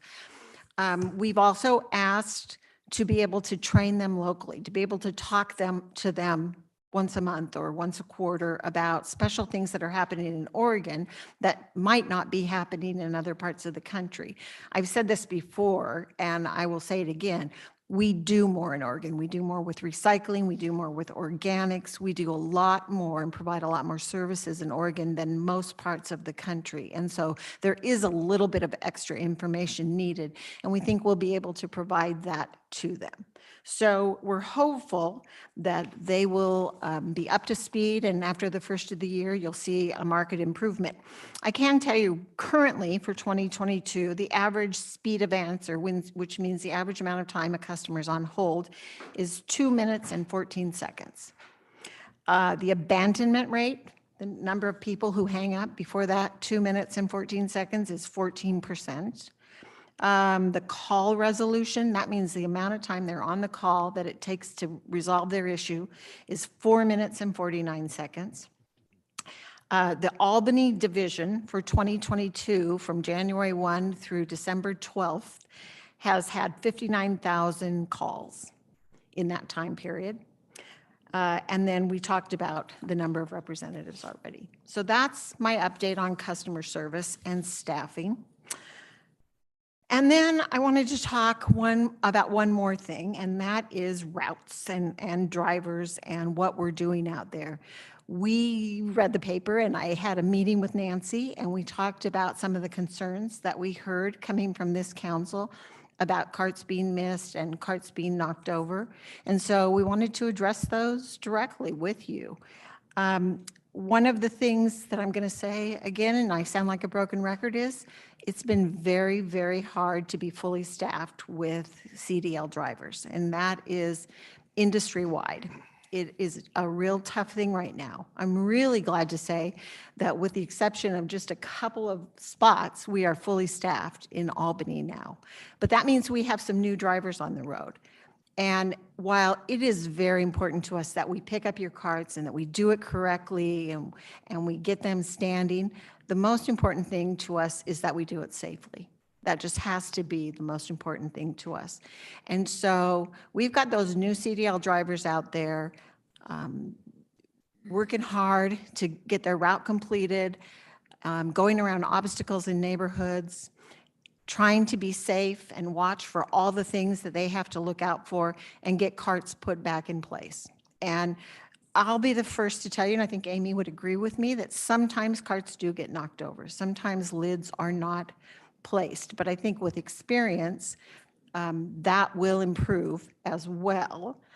We also offered to all of you a ride-along, and a couple of you replied back. Counselor Elfers took us up on that and rode along. I think one of the things that I talked to Nancy about is that there are some trouble spots within the city of Lebanon, and within any franchise, any city that we work in, there's some trouble spots. Nancy knows Corvallis and down by campus, how bad that was. But there are some locations, and we asked our drivers to identify about 3 of those, which they've done.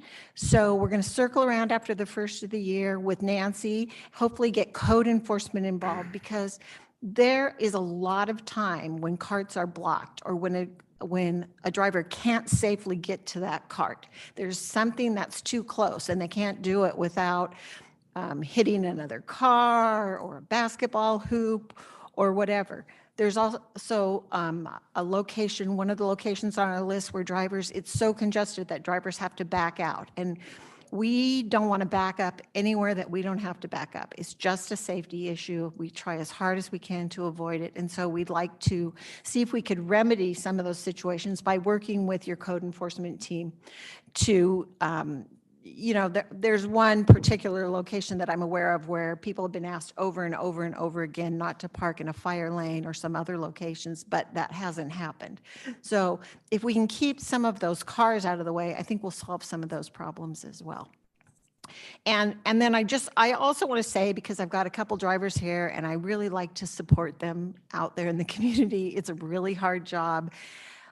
You have not had complaints about us hitting things and having accidents, because that's their number one job and they're doing a great job of it. And we're super proud of them for doing that. But sometimes when a cart is missed, it's because it's been blocked or there's something too close. And it may be that you go to work and there's nothing there and you come back from work and there's nothing in the way. But when that truck came by, there were cars or other things in the way. So I did look at some accounts and I saw lots of notes, because what you don't know is our drivers take a picture if a cart's blocked and then they call it into dispatch. So we know that when that happens. And so I'm just throwing that out there to support our drivers, because I think they do a great job and they have a lot of work to do. And that's where I am with that. So if you have questions about any of that, we are happy to answer them.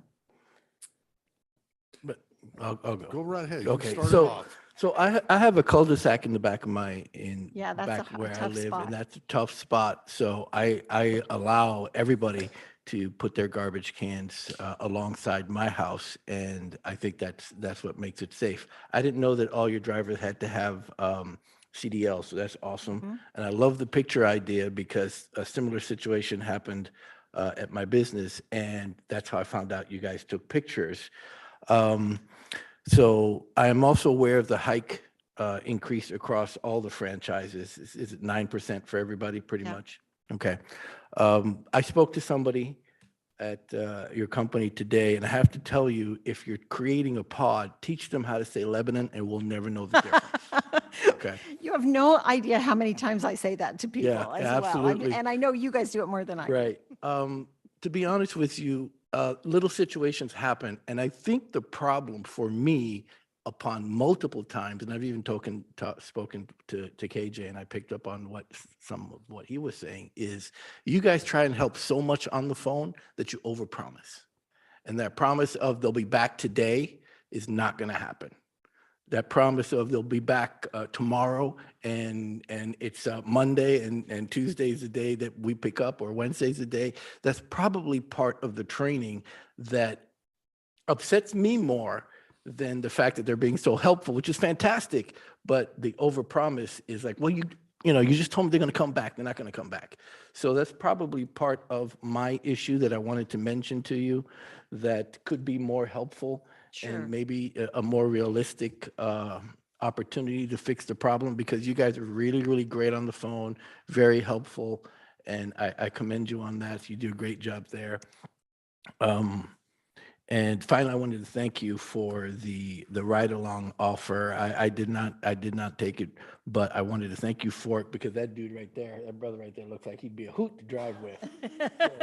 So thank you. They're both a hoot. Yeah, I bet you they It's a are. lot. It's a very interesting proposition. Yeah, thank you so It's a different much. world than old garbage trucks, so. Thank you. I did take him up on the ride along, and it was okay. He did a lot of backing up and he loved it. He went down some one-way streets and everything else, and Yeah, they don't love it. I can he did. promise He you. was laughing the whole time. Of course, we were talking more Army than anything else because we chewed some of the same dirt. And he was playing his little video game and driving. And when he goes to pick up, you're like you're in a paint mixer like that. And we talked about customer service. And he said, you know, it's kind of interesting. We get notes from customer service and we don't even know what the hell they're saying half the time because they get the notes messed up so bad. And when we call customer service, as Gam said, you get overpromised, underdelivered a lot. We've had, and it's more with the commercial accounts than anything else, where we've had orders to pick up recycling or dumpsters and come in the next day and they're still not empty. We call in, oh, the driver marked it as picked up. Right. This has happened numerous times.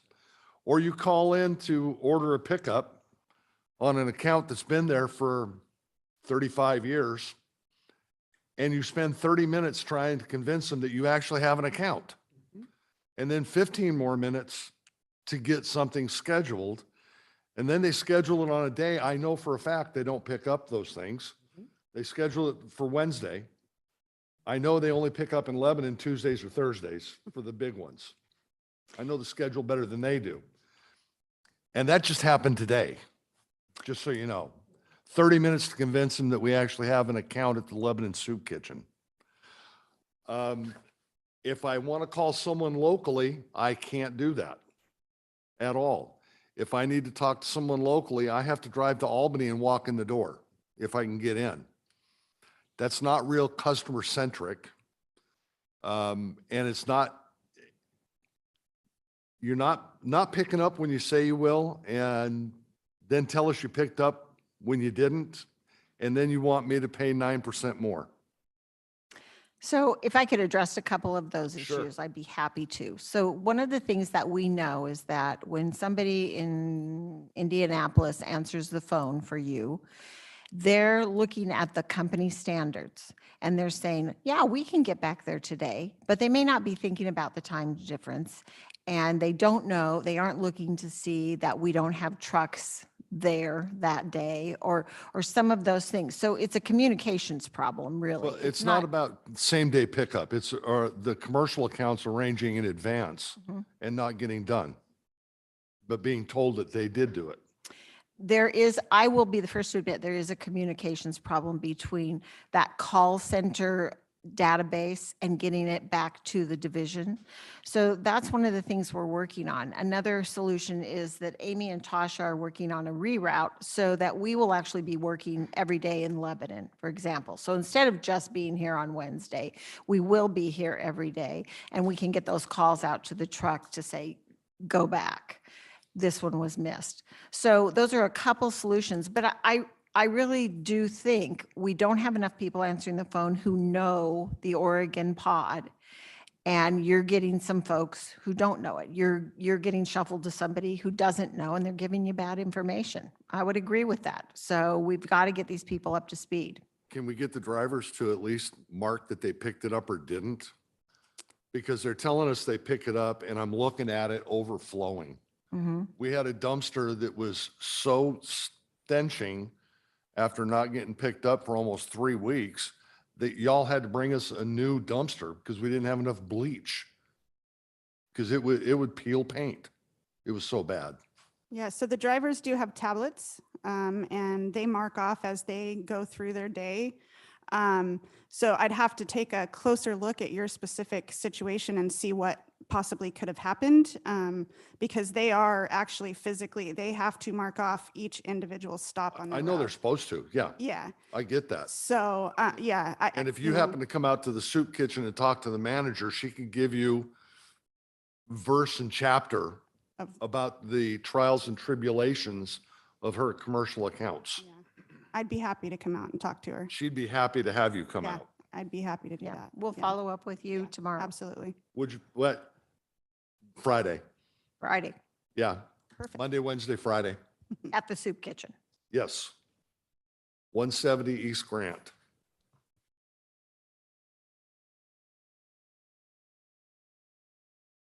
It just really chafes me when you're saying, yeah, we got a few minor problems, but I know we have more issues, and then you want us to pay you more money. Well, Even though you did do a good profit according to your release, your quarterly release. you're talking about our corporate quarterly Yeah, release. well, that's And what we it, look which is at. fair. That's absolutely fair. But when we come to you for a rate increase, it's based on the revenue here in Mhm. Lebanon. So it's not based on corporate profits, Right. one thing. And Yeah, and- secondly, I will tell you, there are three main drivers of that 9%. First, in 2013, the council approved the methodology that we use now for rate adjustments, and that is this indexed-based rate adjustment. Using that calculation, it should have been 13.4% this year.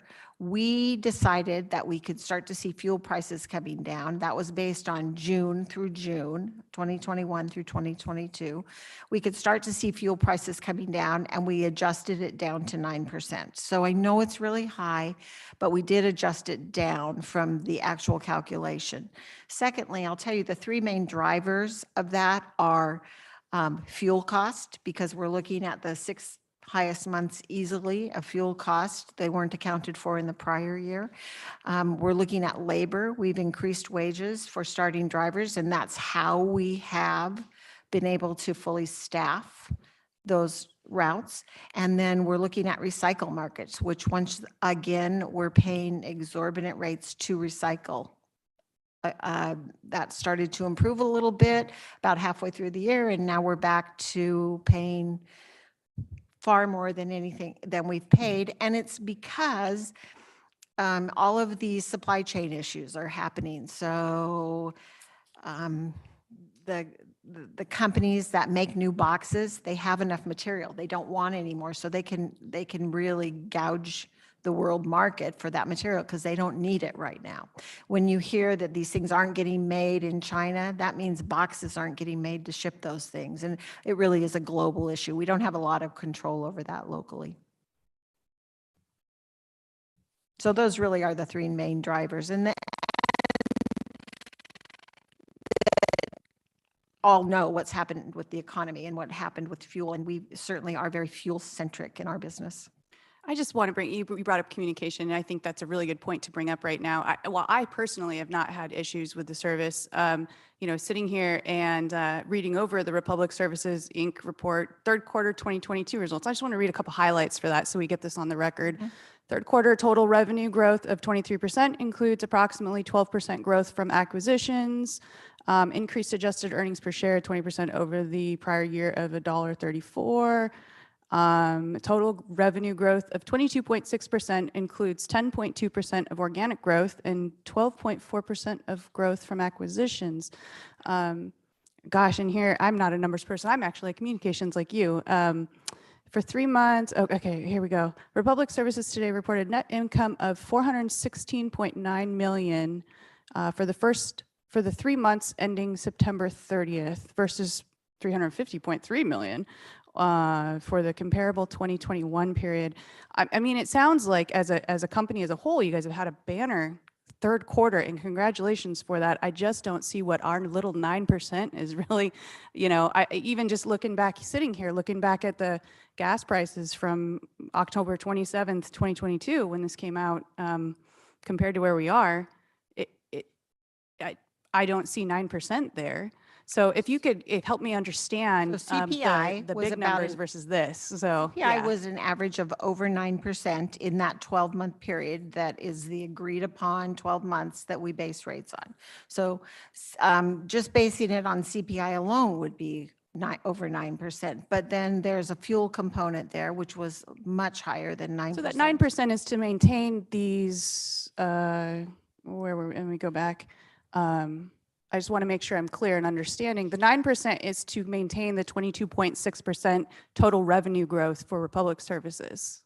No, not at all. These finances are based on revenue and expenses in the Lebanon franchise. So the cost of service in the Lebanon franchise. They're not based on corporate growth. They're based on the Lebanon franchise.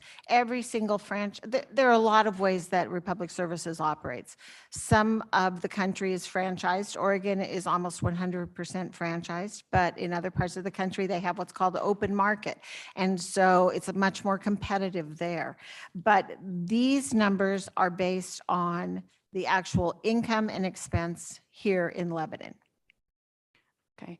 And so I know those are really big numbers, and I Those are know we really get big that a numbers. lot. They are Mhm. really big numbers. Yeah, it's hard, to ask for that 9% when I see this, and this was sent to me from a constituent who's terribly upset, to have to pay $2.63 per bill. Sure. When they're reading this press release of like a banner third quarter. So to our city attorney, one of the questions I asked at our previous council meeting, if I could pull up the minutes, I just want to make sure that we're getting this on the record. I did ask, what are the ramifications if we were to deny this request? And there was it says here that you would get back to us with some legal opinion as to whether the city could terminate the contract before the end of this 5-year term. Trey, can you explain that for the group? Yes. Thank you. So in looking through the history, and I've provided a memo I previously had done, and looking at the history of the rate increases, it kind of starts with the franchise ordinance itself, which provides that the franchisee is entitled to make a reasonable rate of return. So previous to 2011, 2012, Republic, as other franchisees would come every couple years or every 3 years for a rate increase based on, various factors. And at that point, the council would, take a look at the factors and they'd make the increase. Sometimes they were big increases because they hadn't had an increase for several years. So the formula that we're talking about, which as I look back, was never officially adopted, but as a practical matter, we've been operating under. When I say it wasn't officially adopted, it was discussed, it was approved in concept, and then after that, the council, for several years, for all the years after that, we would basically just perform based on what they would come back with as their percentage increase based on the formula that they had presented in that meeting, 2012, I think, maybe 2013. And so I'm not even sure that the council, under the way that it's written in the franchise agreement, I'm not even sure that the council, it's more of an informative presentation by Republic. I mean, it's more of, we've agreed that you can use this formula for increases based going forward. And by agreeing to that formula, the city has basically accepted, those CPI increases based on hard factors. In other words, not factors that are outside, hey, we just want to make more profit or any of that kind of stuff. These are factors that are identifiable. I asked, Brandon looked at the rate increases based on the formula and confirmed that those, they met the formula. And so it's really not a matter of approving the rate increases. It's more, the rate increases are built in at this point. I don't know where it would lead if the council basically said no, because I'm not sure that the council has the authority to say no. I do think they have the authority under the contract to look at, the franchise itself and put it on notice as to the length of the franchise and put on notice that, hey, we may want to take a look at what else is out there or renegotiate, even just terminate the contract so we can renegotiate the contract.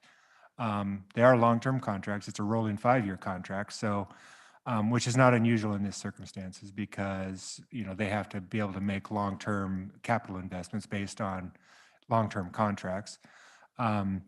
But, that's kind of a long-winded attorney answer of telling you that from the legal perspective, the rate increase is essentially part of the contract itself and not something that really the council has a right to say no to.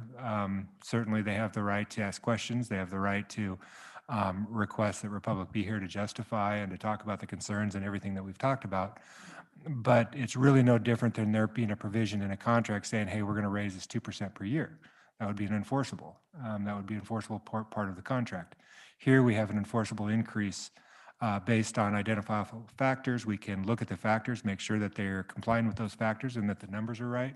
But other than that, lacking renegotiating the contract, notifying a termination of the contract, even if if the goal is to renegotiate the contract in 5 years or look at what else is out there in 5 years, those are really your options. I know you don't like that answer, but No, I don't those are like the that answers. answer. And I would also you. just add that we came to the council to use this methodology because this year notwithstanding, we think it is an easier way for folks. We would come in for 10, 12, 13% increases every 2 or 3 years, and that was hard for folks to absorb all at once. I can tell you, I haven't averaged this year in, and I know it will raise it a little bit, but over the 10 years, the 10 prior years, over about, this is the 10th year, so the 9 prior years, the average increase has been more like 2.5%. And that was really our intent to say we'd like to come in more frequently for a much smaller increase. This year, like I said, it's an anomaly. Everybody knows what's happening out there. We know what the cost of living has done, the cost of food, the cost of fuel. We know what the consumer price index looks like and what inflation looks like. And this is really a result of that this year. I will say that if the ship rights itself a little bit next year, because we look at year over year increase in the consumer price index, it's very likely that the year over year increase would be very small in the next year. So I think this does have the ability to sort of right itself as we move along. And I would also say that talking about canceling the contract after many, many, many years of service in this community, and the things that we try to do. We try to be good sponsors. We do a lot of in-kind donations in the community that you may or may not be aware of. It doesn't sit really well to hear that because I think all of the good work that we do isn't being counted in that. Sure. comment. I hope you understand at the end of the day, we're here to support our citizens Sure. and what they pay what they pay in the bill that comes in Of the mail. course. This is nothing personal, but we're always going to look out number one for our residents in Lebanon. Sure. So I think, and my comments on the contract is, the language in the contract is the 5-year rolling.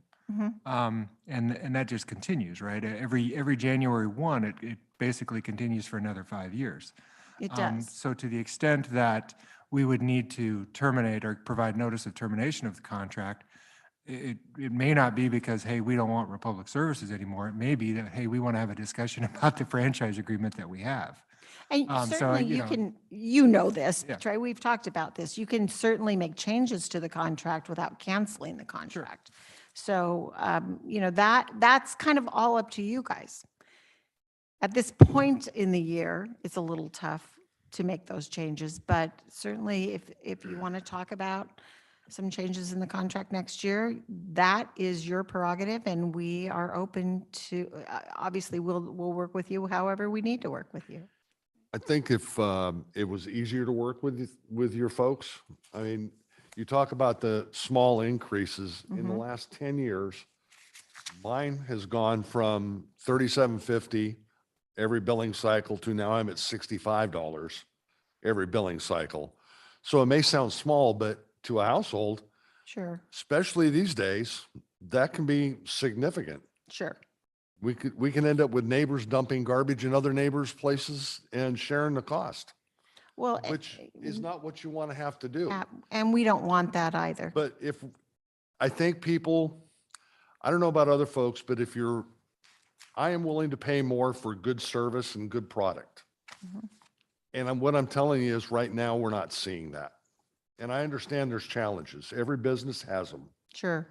But as Gam said, overpromising and under-delivering doesn't make people want to give you more money.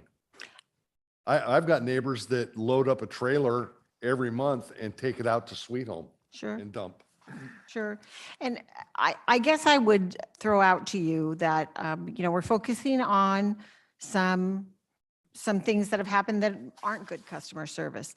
But we come to your house at least 12 times a month. And I would be willing to bet that for most of you, it's 12 times without issue.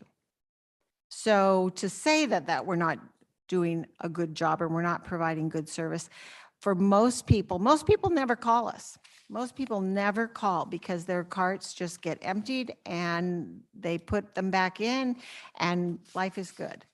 So I think we're focusing on some things that haven't been very good. And we would absolutely agree with you that those are really poor examples of customer service. But I don't think they're the norm. I think they are the small percentage of people who have an issue. And do we need to work on those? Absolutely. Is that something we want to work on? Absolutely. About 2.5 months ago, a gentleman that worked for you came to my office and we had a wonderful conversation. I don't remember his name, don't have his card. Does he still work here in Lebanon representing Republic Services? I believe that was Monty. Monty, Oh, yes. Yes, he does still work. What is his role? What is his title? He is the operations supervisor for our commercial and industrial lines of business. Okay. And what exactly does he do? I don't know if anybody here has met him. Could you tell us what he does, what his role is? Yeah, so he is the supervisor for all of our drivers for the commercial and industrial accounts that we have for not only Lebanon, but for our entire service area. A large portion of what he does is what we call site visits, where we might get a call from a customer who's having an issue or needs help with placement on something, or maybe hasn't had service for a little while, and he'll go out and investigate and find out what the issue is. He deals with everything that has to do with our drivers, from payroll to leaves of absence to vacations to all of that kind of thing. He makes phone calls on a regular basis to check on different accounts, depending on what the situation might be, to follow up with them. He's an advocate for the communities that he lives and works in. Is very active in all of our community events that we do. We were in the Strawberry Parade last year and had a great time. I think Brian was one of the drivers that drove one of the trucks for that event. And we had an awesome time participating in that. And he's a huge advocate for that as well. How many people here have met Monty? What's that? How many people here have met Monty? Okay. Do we have to make this decision tonight? Because it was tabled last month. Yeah, I want to make sure my mic is on. I think Republic Services is looking for the council to make a decision. And so I'm going to throw out a suggestion, and that is council can decide what to do with this, but that we ask Julie to come back to the council meeting in Agreed. June or July. I'm thinking 6 months. June, we adopt the budget, so maybe nobody else wants to be here for that, but I do. And come back and address customer service again and see if it has improved with the training that she's talking about, the pods focused on Lebanon. It gives counselors an opportunity to talk to your neighbors about any of their customer service issues, whether those have improved. And at that point, then the council, if service hasn't improved, for example, the council may want to suggest negotiating additional terms into the franchise agreement and opening that process up. Or if you want to cancel it and find somebody else, that process, whatever. But perhaps giving an opportunity for some of these things to come to fruition and see if that is improved. And I'm sure Julie would love to come back. I would love to come back. So your suggestion is approve it tonight and then look at it again 6 months? That is my suggestion. And Is- if I could ask just a couple questions, just because I spent a large portion of today reading minutes and different things from years past. In 2018, during the, as you remember, and you and I remember, and a few people on the council, a lot of the same concerns, similar, not identical, obviously. But one of the things that you reported was that the call centers would no longer be out of state, and that all the call centers, all the calls would be centered in Oregon. Is what you told me today, is that true, or is there still calls that are going out of state? Prior to COVID, about the 9 months prior to COVID, we had moved some people back into the Corvallis office and some people into the Woodburn office. And the idea was to get those people all up to speed and have this Oregon group again. Then COVID happened, and that sort of threw a monkey wrench into it. So yes, the idea is still to have the Oregon pod, but there might be a great customer service rep who really knows how to read this information and do a great job, who lives in Texas. And it doesn't really matter. When you talk to someone at any utility, you have no idea where they're working. I can tell you that we've committed not to move customer service out of the United States, but you could be talking to somebody in another state. I can't guarantee that. What we're trying to do is make sure that we have these 30 people who focus on Oregon and understand Oregon, and that will be the Oregon pod. And there was also some discussion about non-diesel or non-gas moving towards more efficient, fuel-efficient vehicles. Yeah, so that's something I'm really excited to tell you about. Our company is leading the pack in electric vehicles. That is the way the industry is going. Oregon has some great incentives, so it makes it a good place for us to start. There are about 10 operating in Boise right now. I've ridden in one. It's absolutely amazing. The drivers love them. The mechanics love them. They've had them for about a year and a half, so it's not new, but they were one of the very first in the company. So we are looking very hard at our Oregon markets for electric vehicles. There are about 3 factors that come into play before we get them approved here, and one is distance on route. So right now, the route needs to be less than 90 miles. And our routes are probably somewhere around 100 miles is kind of an average. So we're real close. It needs to be not mountainous, not too hilly. And you think about Boise. Boise works just fine, so it doesn't need to be flat. And then weather extremes. We're really in good shape with weather extremes because we just don't have that Montana weather or the hot weather in Arizona.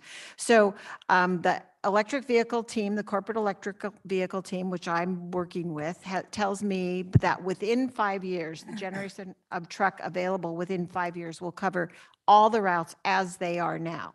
So we can do some things to make routes more dense as we reroute when it becomes more efficient.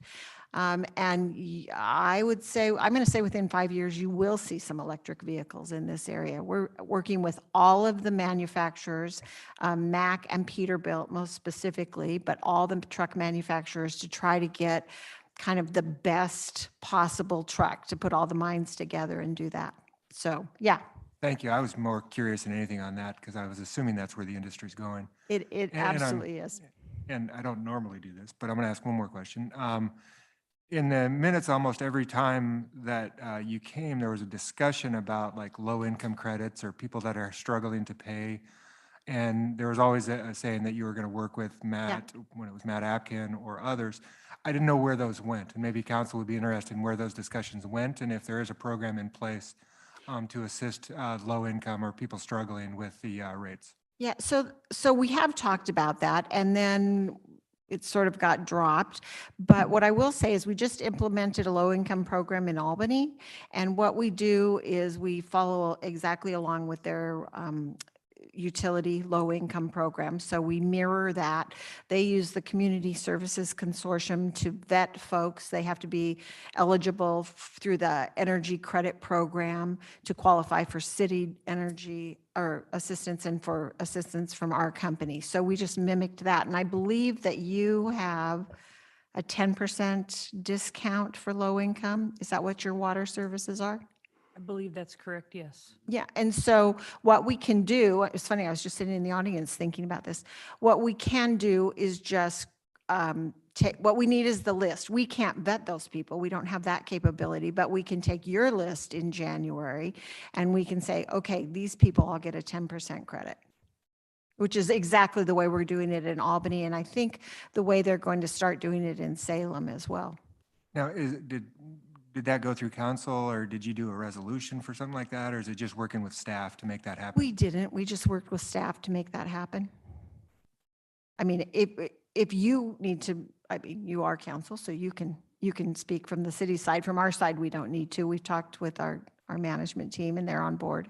Yeah, and I mean, just a direction from the council, if that's something they'd like to see, then I think we can move forward, because I think we've been close a couple of times, and then you're right, it kind of just gets dropped. So I think that would be a good program. Absolutely, yes, please. Yes. We can, If we're close, let's go across the finish Yes, line. cross finish line. so if you'd like, we'll send you a amended rate sheet with that on there. And then, and as long as we get a list from you, and I don't know who would send that to us, and we would connect with our billing supervisor to do that. Is that something that's bet Nancy extended knows. to We can send that to nonprofits her. and Yeah, churches? actually, I'm working on the email to Brandon to work on Yeah. getting that to Is her that- in January, He's so. looking around the corner. I at know you, he's so- lurking around the corner and he's listening to all of this, so he won't be surprised when he gets Is the that, email. is that something that can be extended to nonprofits and churches? Say again? I said, is that something that can be extended to nonprofits and churches? Do we provide nonprofits and churches? Would they fall into this list for other services? We only give it to residential customers. All right. But I will tell you, we have a grant program for nonprofits, for charitable organizations, and some of the Lebanon organizations have been taking us up on it finally. About 5 years ago, the company created a charitable foundation intending to sort of build community in those places that we live and work. You may have heard we gave $250,000 in August to the YMCA in Albany. They're building a all-access playground for kids of all Right. abilities, and we're real proud of that. But there's also a smaller community grant project that the Lebanon Boys and Girls Club, for example, is taking advantage. We've just approved them for a series of grants, and that includes in-kind donations. So we do a lot of in-kind donations of dumpsters and that kind of thing. And we would encourage any of the nonprofits to go ahead and apply. Like, I don't know how your I was soup going to kitchen say, is that functions, something but- that whoever comes out Friday can talk to Christine about? Yeah, absolutely. In 'Cause, fact, I mean, we just went up, what was it? The last time we dumped over there, it was $53 for the dumpster. This next time we called, it went up to $61.50, and we're dumping about every 5 weeks. so All right, well, that's pretty good. typically with an in-kind donation, it's not for continuing service, it's typically for an event, but certainly they could apply for a financial grant, a dollar amount to cover If they could some of talk that. to her about that, that'd Yeah, be great. absolutely. I'll put Maybe together something. maybe that grant funding could be, could kind of follow the quarterly profit reports that Michelle. That'd be helpful, That wouldn't would it? be We fantastic. can And that is a certainly good make way to give list back, of right? I donations. mean, the money's there. That's We're that's not great to always give really back. good at telling you about the good things that we do, and so we'll certainly be happy to do that as well. Okay, at this point, have the city attorney read the resolution number. Before that, I just want to throw something out to the council right here, right now. In next month, we have 40% of this council's changing. Part of their, since it was a slate, part of their campaign had to do with, keeping costs down. I'm just wondering if we wouldn't like to give them a chance, or one of them's even here in the audience here, give them a chance to mull this over and take some responsibility for increasing this rate. I would As I- disagree. Yeah, I As disagree. I understand it, Yeah. it's kind of a moot point. Yeah. It's going to happen as part of the franchise agreement. Trey, am I incorrect? Yeah, I mean, So, it doesn't really matter what we say or do. I didn't want to say it that way. Right. I tried not No, to say that's it that okay. way. I You know- just want you to know throw I this will. out there so it's on record. you know? I'll have you say it next time, but it really doesn't matter. So, Well, we I would mean, be happy to what I don't want to do is have this discuss in discussion July. again in January. I understand that. I understand. I mean, it's not up to me. You certainly can, but Have plenty of other things yeah, to discuss. they'll have time to look at it.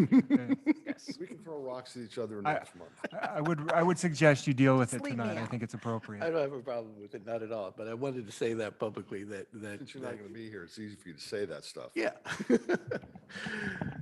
Okay, would you read the title of the resolution, please?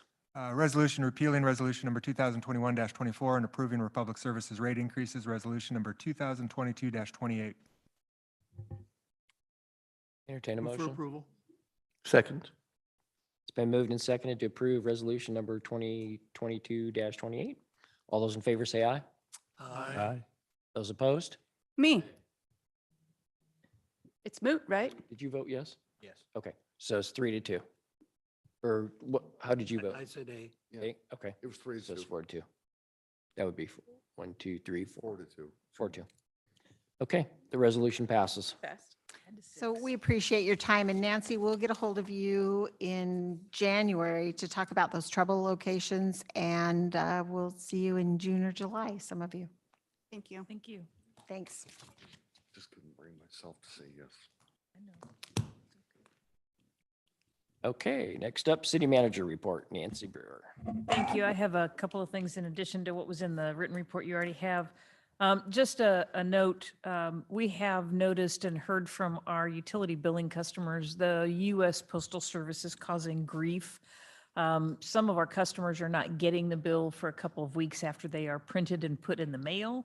And some of them are putting a check in the mail and we don't get that for 2 or 3 weeks afterwards. So Brandon and his group are looking at our billing practices when we are doing phone calls and shut-off notices to see what we might be able to do there, recognizing our U.S. Postal Service is no longer delivering 2 days after you put something in the mail, and we maybe need to look at accommodating that. So if there's something we can do, we'll come forward with that in the future. And though we don't generally advertise it, we don't do lock-offs in December, which would be next week, leaving people like on Friday with no water, which seems bad. So just so you all know, we do have a heart and we will be kind about that. Yes, Ms. Grinch.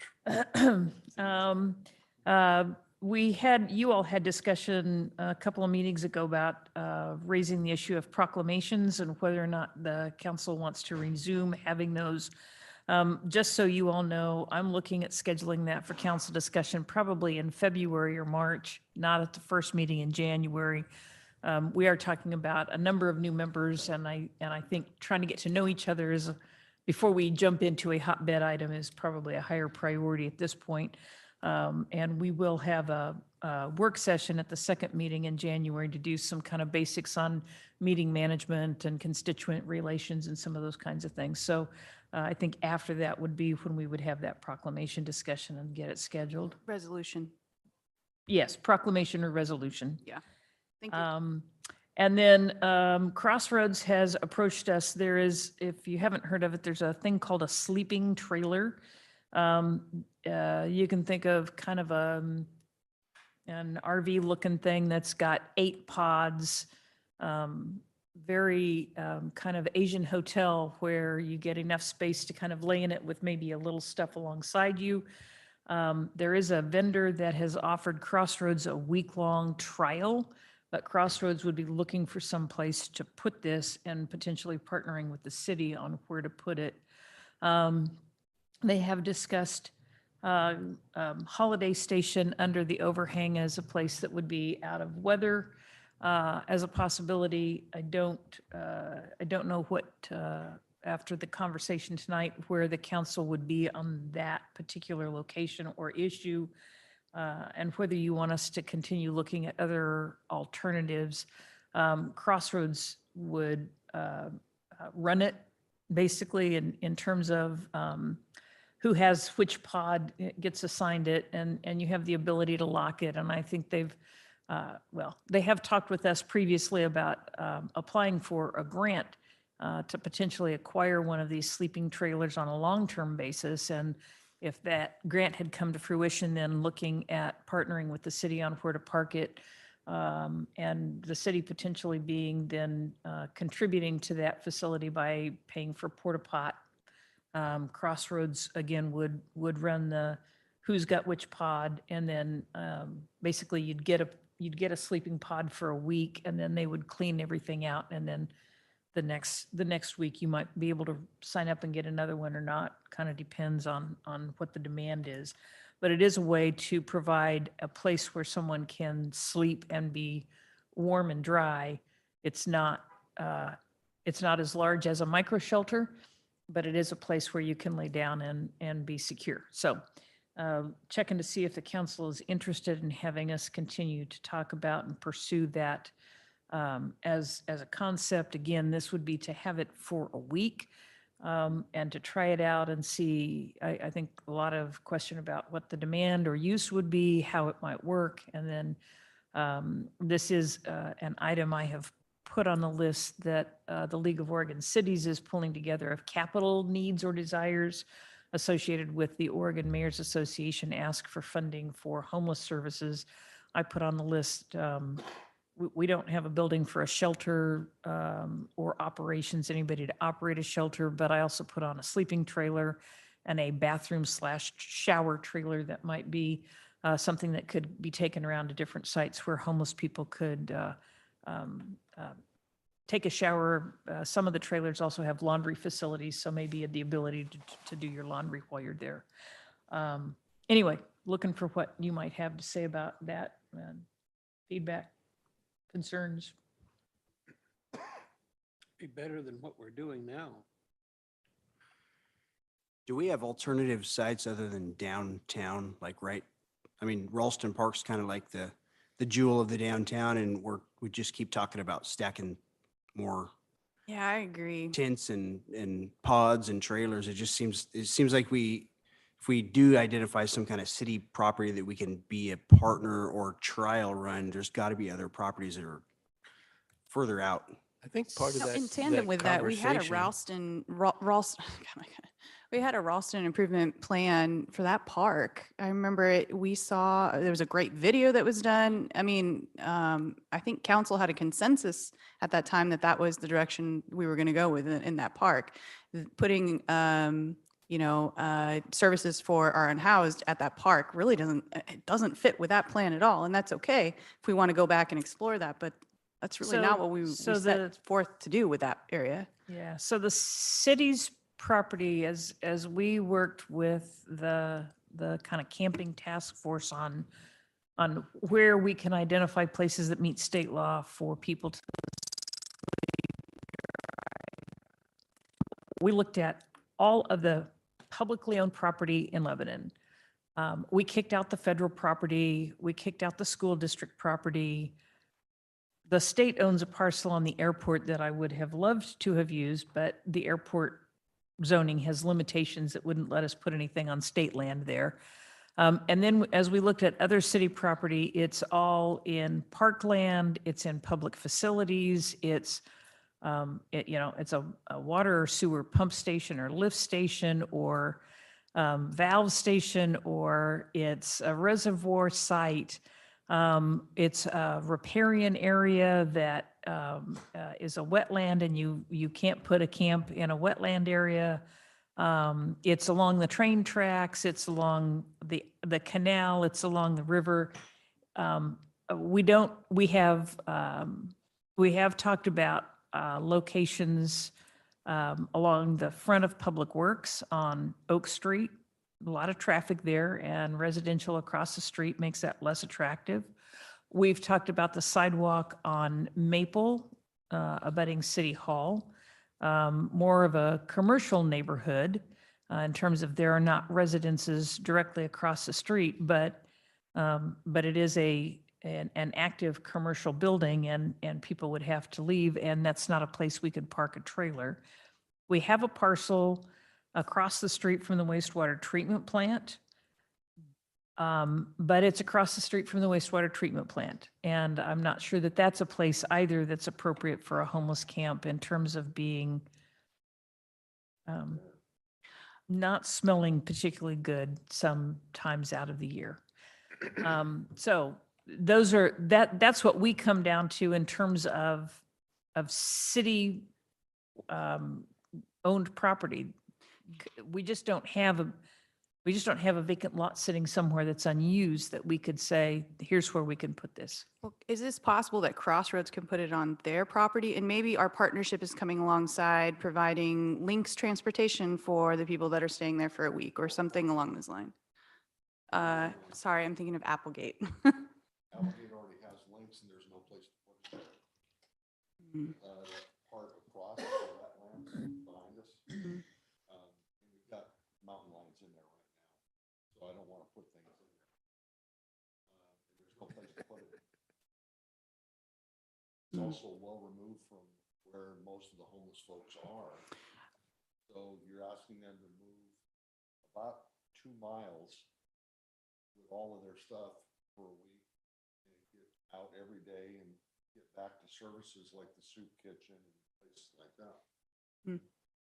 Yeah, I think as you hear people discussing where to put a shelter or other homeless services, it is most often discussed as needing to be linked with and very close to where you're getting counseling, job training, food services, medical care, where you've got maybe an advocate who's helping you get your social security card, get a driver's license, those kinds of things. And again, the wastewater treatment plant is a little farther away from everything than that. Lynx is not a problem. Lynx can pick people up and take them anywhere in town.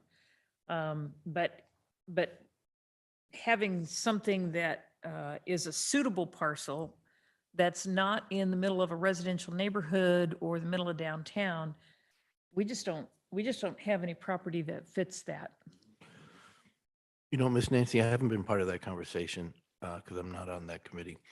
But sometimes you can bring services to people if it's not close enough, and if there's trailers and resources where folks can do work and where food can be brought and services can be brought, sometimes you can accommodate it when it's a little bit further away. For example, Katie just mentioned it's not close to the soup kitchen, but if you're at a location where the food can be brought for the people that are there, maybe sometimes those are the solutions that can be talked about. Well, and if you're not close to the soup kitchen, or if you're close to the soup kitchen, you're far away from the river center, and vice versa. I mean, you still have to travel to get access services, right? Folks at the soup kitchen don't go to the river center. Doesn't River Center get free food boxes? Yeah, they get the car traffic, Oh. whereas we don't. But what she's talking about now is not finding a permanent place to put something. No. It's something from the council. Is this something you want to do a 1 week try before you buy kind of thing? Well, I'm not referring to that. I'm referring to Well- our other situation. The other thing in terms of taking a service, to the place, right? So if you looked at the parcel across from the wastewater treatment plant, you said you wanted to have services there. That means you have to have the service providers agree to go there. And we don't have anything there for service providers to work in, right? I There's understand no. that. I understand that. And so you do start talking about needing significant infrastructure, and I don't disagree that that's needed, but we also don't have anyone stepping up to manage that facility and to fund it on a long-term basis, right? And that's the challenge, is if you're going to have a managed facility and you've got somebody on site 24 hours, because you are talking about the safety of the people living there. You are talking about incurring significant operating costs without that's the challenge that. But we I don't have think- that for Alston Park either. I'm sorry? We don't have it for Alston Park either. We don't have the money for funding a facility anywhere in Right, terms of, so what I'm saying is if I were charged to find funds to help with this particular situation, then I would focus on what a location that works best for everybody rather than one that's already not working. You know, because, or when I say not working, that folks might not be as happy with. You know, you don't have a trailer. I mean, over there, actually, there is a building, but it's filled with something else. But figure out how to create that infrastructure that you just mentioned to work in an area that works best versus trying to manage the same thing in an area that's not as favorable. Does that make sense? it does, but again, I think in terms of looking at building that level of service, right? You're talking about significant investments, and we have, as we've discussed, we have no one stepping up to say, we would operate this. We would like to explore working with the city to establish a site. And there are grants, there are all kinds of grants you can get from the state for capital funding to buy or build a shelter building, a navigation center, a tent camp. There are resources available to do that. What there are not are resources available to operate it once it's built. And that requires a nonprofit or a group of nonprofits who come in and say, we would run this, and here's what we need and what we want. We need 10,000 square feet. We're going to give, 2,000 to the soup kitchen and 2,000 to this, and here's our navigation center layout, and here's where the showers are going to go. We don't have any entity in this community stepping up and saying, we want to work with you to make this happen. Let's sit down and start talking about what that starts looking like. Right, we don't have that now, but is that something that we would want to maybe look for? I mean, we had an organization here, whether we want to work with them or not, but we had an organization here that was able to do that out in Sweet Home. If we put that out to the organizations that here's where we are, this is what we want to do, we have some space Right, available that so might work. we've asked Albany Helping Hands, we've asked St. Vinny de Paul, we've asked Family Assistance Center, we talked to Rogue Retreat out of Medford.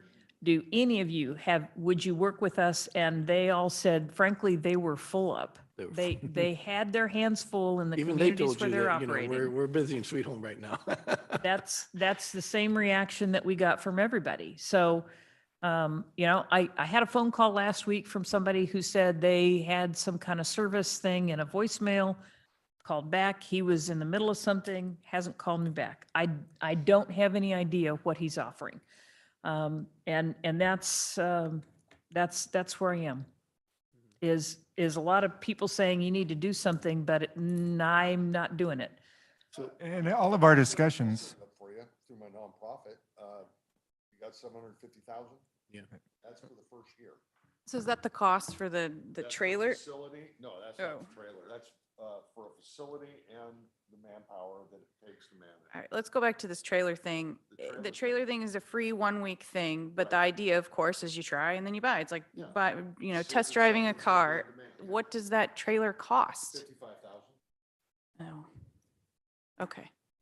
We're gonna Good do to this know. For 1 We've week. had that Nancy and I have had that conversation. Like the shower trailer Sure. is like about 37,000. Right. Well, say we do the try, and I don't think there's no way in a week after we try, we're ready to buy. Like, we're not that. We're not looking to buy. So I'm just wondering what would be the point of the week trial at this point? If we know it's just a week and then that was it. It gives us an opportunity to find out if the infrastructure that we have around here can support it. We have a nonprofit partner that can come in and screen people going in. It also allows them to get them into the system to hopefully move them down the road so they're not homeless. We get into the different support systems that we have available we're meeting people where they're at. Yeah. And it gets the ball rolling. It lets us know, is this something that people are? If they'll even use it, will be right. Willing to come try. Yeah. Because if it's not, then why would the city pay $55,000 for something that we're not going to get use out of? Yeah, I agree. I think. JJ, if is your we are mic on? gonna- That's, huh? Is your mic on? Is your mic on? No, no. I think They you need to can't turn hear your you mic 'cause on. And you're leaning back. No, sorry about that. You were being very articulate. I wanted to make sure that we got it properly I must have been recorded. unconscious if I was articulate. I think if we're going to test drive it, try it out to see if it works for our facilities. We should try it at a spot where we plan on this being a long-term. And I think what we're hearing is Ralston Park is not where we want a long-term. Where then? I Well, I know. I just. know that's the problem. Everybody wants something done, but as we heard tonight, nobody wants it where they're at. Oh, yeah. And that's a problem that we're going to have to bite the bullet on Okay, to get and us- make a decision. To get us out of this conversation, though, I think that this is a topic that's coming up for the new council in March. We just heard that later today. Unfortunately, I don't think we're ready to make a decision to try it for a week because we don't know where we're going to put the thing. And it's fair to have the new council be involved in the decision if it's going to be a long-term thing, like at Ralston or even out at the wastewater treatment plant or wherever it could be in Lebanon. So for me, it's a no just because of those factors, not because I don't want to try it and maybe buy it later, but I mean, I would like input from our incoming counselors I and just don't know mayor. that it would be available that late in the I year. get it. He's only got one prototype. And he's letting it, saying, hey, use it for a week, see what you think, and then you can buy it. You don't have to do anything or make any Sure. commitment other than to have it there somewhere in the city for a week. What do we learn in a week? Say again? What do we learn in a week? We'll learn whether the folks, the homeless are going to be willing to even utilize it. We'll be able to find out if we can use it as a conduit to get them into social services, the folks that we're not reaching currently, and help get them off the streets. If you've got 8 people that will agree to do it, Yeah, in 1 week, they're back out their tents. yeah. Yeah. But that's eight more people that we've got information on, that we've got into the system, that hopefully we can get some moving. And it lets us know whether or not it's something that we can even use. Is it viable? On paper, it looks good. In operation, it may not. The prototype might suck. And also, there's different types of homeless, right? So Say again? there's different types of homeless, as you keep Sure saying, there and I is. want to reiterate this. Sometimes they don't want the help. Yep. And sometimes they can't afford the help. And it tells you, it gives you information that maybe we should be doing something different. I can tell you right now, because I've been watching this facility going up in Sweet Home, the 30 pods that they're putting in, those folks are not gonna, that go sleep there, they're not gonna go sleep there because of the pods. They're gonna go sleep there because of the auxiliary services that are going to be associated there to help them do some other things. So it's not always they want a dry place to sleep. There's other things that, it just depends on the demographic of the homeless that you We have do, in the we area. do outreach out in Sweet Home, and most of their homeless are still sleeping in the parking lot by the library. Nancy, what do you need from us? I think I have heard, we don't have a solution. We don't have a place we want to put it, so we probably won't try it for now. Okay. We'll keep working on it. So the only other thing I was going to let you know is beginning next Tuesday, I'm on vacation. I will be back on Monday, the 9th of January. Yeah, I know, but I need some downtime. I will have my laptop and we'll be doing some work while I'm gone, and you can reach me via cell phone or text or whatever, email. So So we get to yell at Ron while you're gone? no, Oh, no, Ron said, Ron. if Might yell I'm at gone, Kelly. he's not Kelly, working maybe? at Kelly. all. And Well, he Kelly doesn't- said he she's doesn't not really work. working and Brandon is not working, but Frank, Everybody's on vacation. Everybody's on It's like 1, 2, vacation. 3, not it. wait, Bring you snickerdoodles. Kendra will be at the library. Kendra's running the city. Okay, is that it? That's it. Items from council? More than Real quickly, I want to thank the county for their work on cleaning up the Mill Street property. It is, I know I have had a lot of calls on it and emails on it. I know Jeremy has, and he's only been a counselor since April. So between the two of us, we get a lot of calls on that. So just thank you, Lynn County, for getting that property cleaned up. And I look forward to seeing what they do with Porter. I need about Camille? 4 minutes. Yeah. Pretty quickly, too. Yeah. Tucker's been working on that one for a long time. On Interesting fact on that, and I don't know if they put it in the email to you, is that $43,000 to clean that up. Yeah, absolutely. Wow. Pretty interesting. On June 6, 2022, Justin LaHue, Coleman Rocky Kinzer, both retired U.S. Marine Sergeant Majors, set off on a cross-country journey across America from Boston to Newport, Oregon, in support of America's missing and killed in action from all wars and conflicts. They were joined on August 18th by a gentleman from Illinois, another Marine veteran, Sergeant Raymond Shinohara, who served with both JD, which is Justin, and Rocky during their time in the Marines. We learned about them at the League of Oregon Cities Conference in October, and since then I've been trying to reach out to them and communicate with them, and they don't like to talk to folks, especially when they're not near the town. But we finally were able to connect with them and found out when they're going to be in town. So here in Lebanon, we were able to put a nice showing together here in Lebanon. In speaking with Justin, they asked the towns not to do anything special for them as their schedule is so erratic. To that, I told them that there's no chance of that, as Lebanon is very, and probably the most patriotic town they're going to walk through, and there's no way that we should not celebrate their walking by. So I just want to say that we had a really great celebration, and I just want to thank Shyla Malloy. She's a Lebanon resident, Navy mother, and she rep Lebanon extremely well and organized most of the celebration. Commissioner Tucker for attending, Councilor Ulfers and Myra for their help putting up flags, the Lebanon Chamber for posting information. I want to thank Cassie Cruz and the Lebanon Downtown Association for providing the flags so that the chamber ambassadors could put them out on Main Street. The Cinema for comping free movie tickets. I mean, this was a really the community coming together to celebrate these gentlemen. Jalot Home Team, Carla Williams, Hazela Bake Shop for providing breakfast, goodies, and snacks.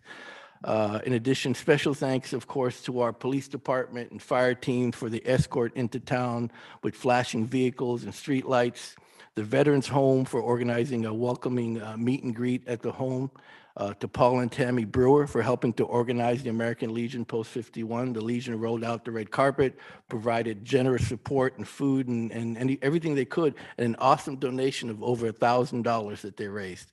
And finally, to Chris Brashears, General Manager at Best Western Premier Boulder Falls Inn, and his team. They graciously provided multiple rooms for them for 2 nights. It was really only supposed to be 1, but they enjoyed themselves so much, they said, you know what, we're taking an admin day the next day, so they actually stayed an extra day. Yeah, that too. And they were humbled by the generosity. And the truth is, when they found out that they had a room, they decided to come early just so they could watch the game. So just wanted to thank the community, all of Lebanon, for coming together and doing that. It was an amazing moment for a couple of gentlemen that are doing an amazing project. And I think our community represented itself very, very well. Just wanted to say that. Did you have something, KJ? No, I was just pointing out that the Army won the Army-Navy. Oh, okay. The Marines were hiding. Anything else from council? He came on and said, we've been walking for 4,000 miles and we can't get our team to get in there just a few yards. So I think one really quick thing, I just want to say it was a pleasure serving with you, Mayor. It's been 4 years, but even before that, I remember putting your signs up 10 years ago. So thank you for your decade of service. And G, you were here and you're moving on, but I know you're still going to be involved. And it was great working with you too. Working on other projects. Wayne, I'm still going to call you when I have questions. So you can anticipate that. And now I don't have to worry about breaking any rules. So You probably see me in the audience regularly. Perfect. I look forward to that. But you three were fantastic to work with, and Lebanon is better for your service that that you put in over the years. So thank you again. I'll amen that. Sure, yep, yep. Thank you. Anything else from council? Is there any comments from the press? Is the press available? I don't see anybody that wants to talk. And anything from the public that would like to speak?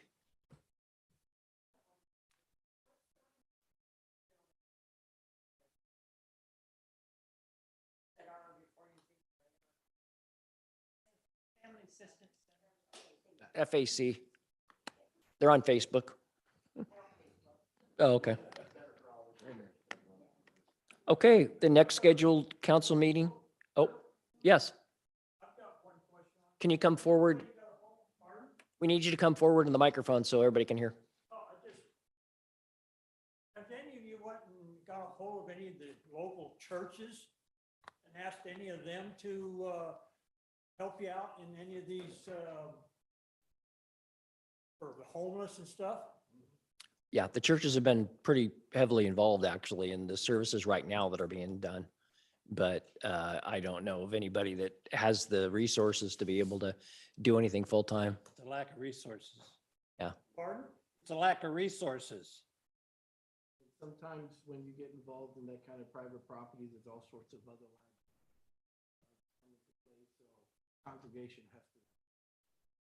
Yeah, I understand. It's even like the war, like I the, just was wondering how, why are we not using our own people here in Lebanon more so than what we seem to be, what I see from so far going on here, why you haven't, it hasn't been done as much. well, and it's just like the soup kitchen, when it turns into a warming center, we get to the point to where there's not enough volunteers that can actually staff it. And then sometimes there's times when no one shows up. Yeah, we get in the last 3 years there at the warming center, we've had 2 people utilize it. And I cannot keep burning out the same 3 volunteers that So I it's- get. It's difficult, yeah. Everybody, Just asking because. no, it's a good question. It is. And there's a lot of church involvement in dealing with the homeless and helping them, feeding them, clothing them. Yes. People don't realize that at the soup kitchen at our church, we not only feed, we also clothe about 7,000 people a year through donations from the community. But when it comes to the housing of folks and the warming center and the cooling centers, everybody wants somebody to do something about it, but it's only always the same 3 volunteers. Yeah. And I can't kill those old people like that. I understand that part. I'm getting to be one of them and I just can't keep doing it. Yeah, I understand your part about Yeah. those people and the older people. Yes. And sir, what was your name? I'm John Gregory. John Gregory? Thank you. Now I've got the train of thought of what I was going to ask. Never mind. Next month. Okay. Yes, did you have a question? I'm just going to throw this out there, and it might sound crazy, but as far as the homeless goes, thinking outside the box, and I know homelessness, it shouldn't be permanent. No one that's homeless should want to be homeless permanently. And, I've seen facilities that are underground save a lot of money on heat and cooling in the summertime. And they can utilize the grass above. They can have gardens and everything. And if the incentive is to get back in the workforce, I think that's the incentive for anyone that's homeless, is get out of the homelessness, work again. If they could be required to do volunteer work, like 20 hours a week, different city services using them, they might actually have an avenue to find somewhere where they could actually get a job at some point and get back into the workforce. Of course, that only works for people that want to work, but also having it underground might be more amenable to people in neighborhoods, because they're not going to actually be seeing things, and it could serve a double purpose as being like a fallout shelter or something for the whole community, dual purpose thing. It may be crazy, but I'm just saying, I think there's ideas out there that you can pursue that aren't on the grid right now. So for what it's worth. Thank you. Anyone else? Okay, with that, the next schedule, not ours, yours, scheduled council meeting will be January 11th, 2023 at 5 PM work session and a 6 PM regular session. With that, it's my final adjournment. Hit a couple times.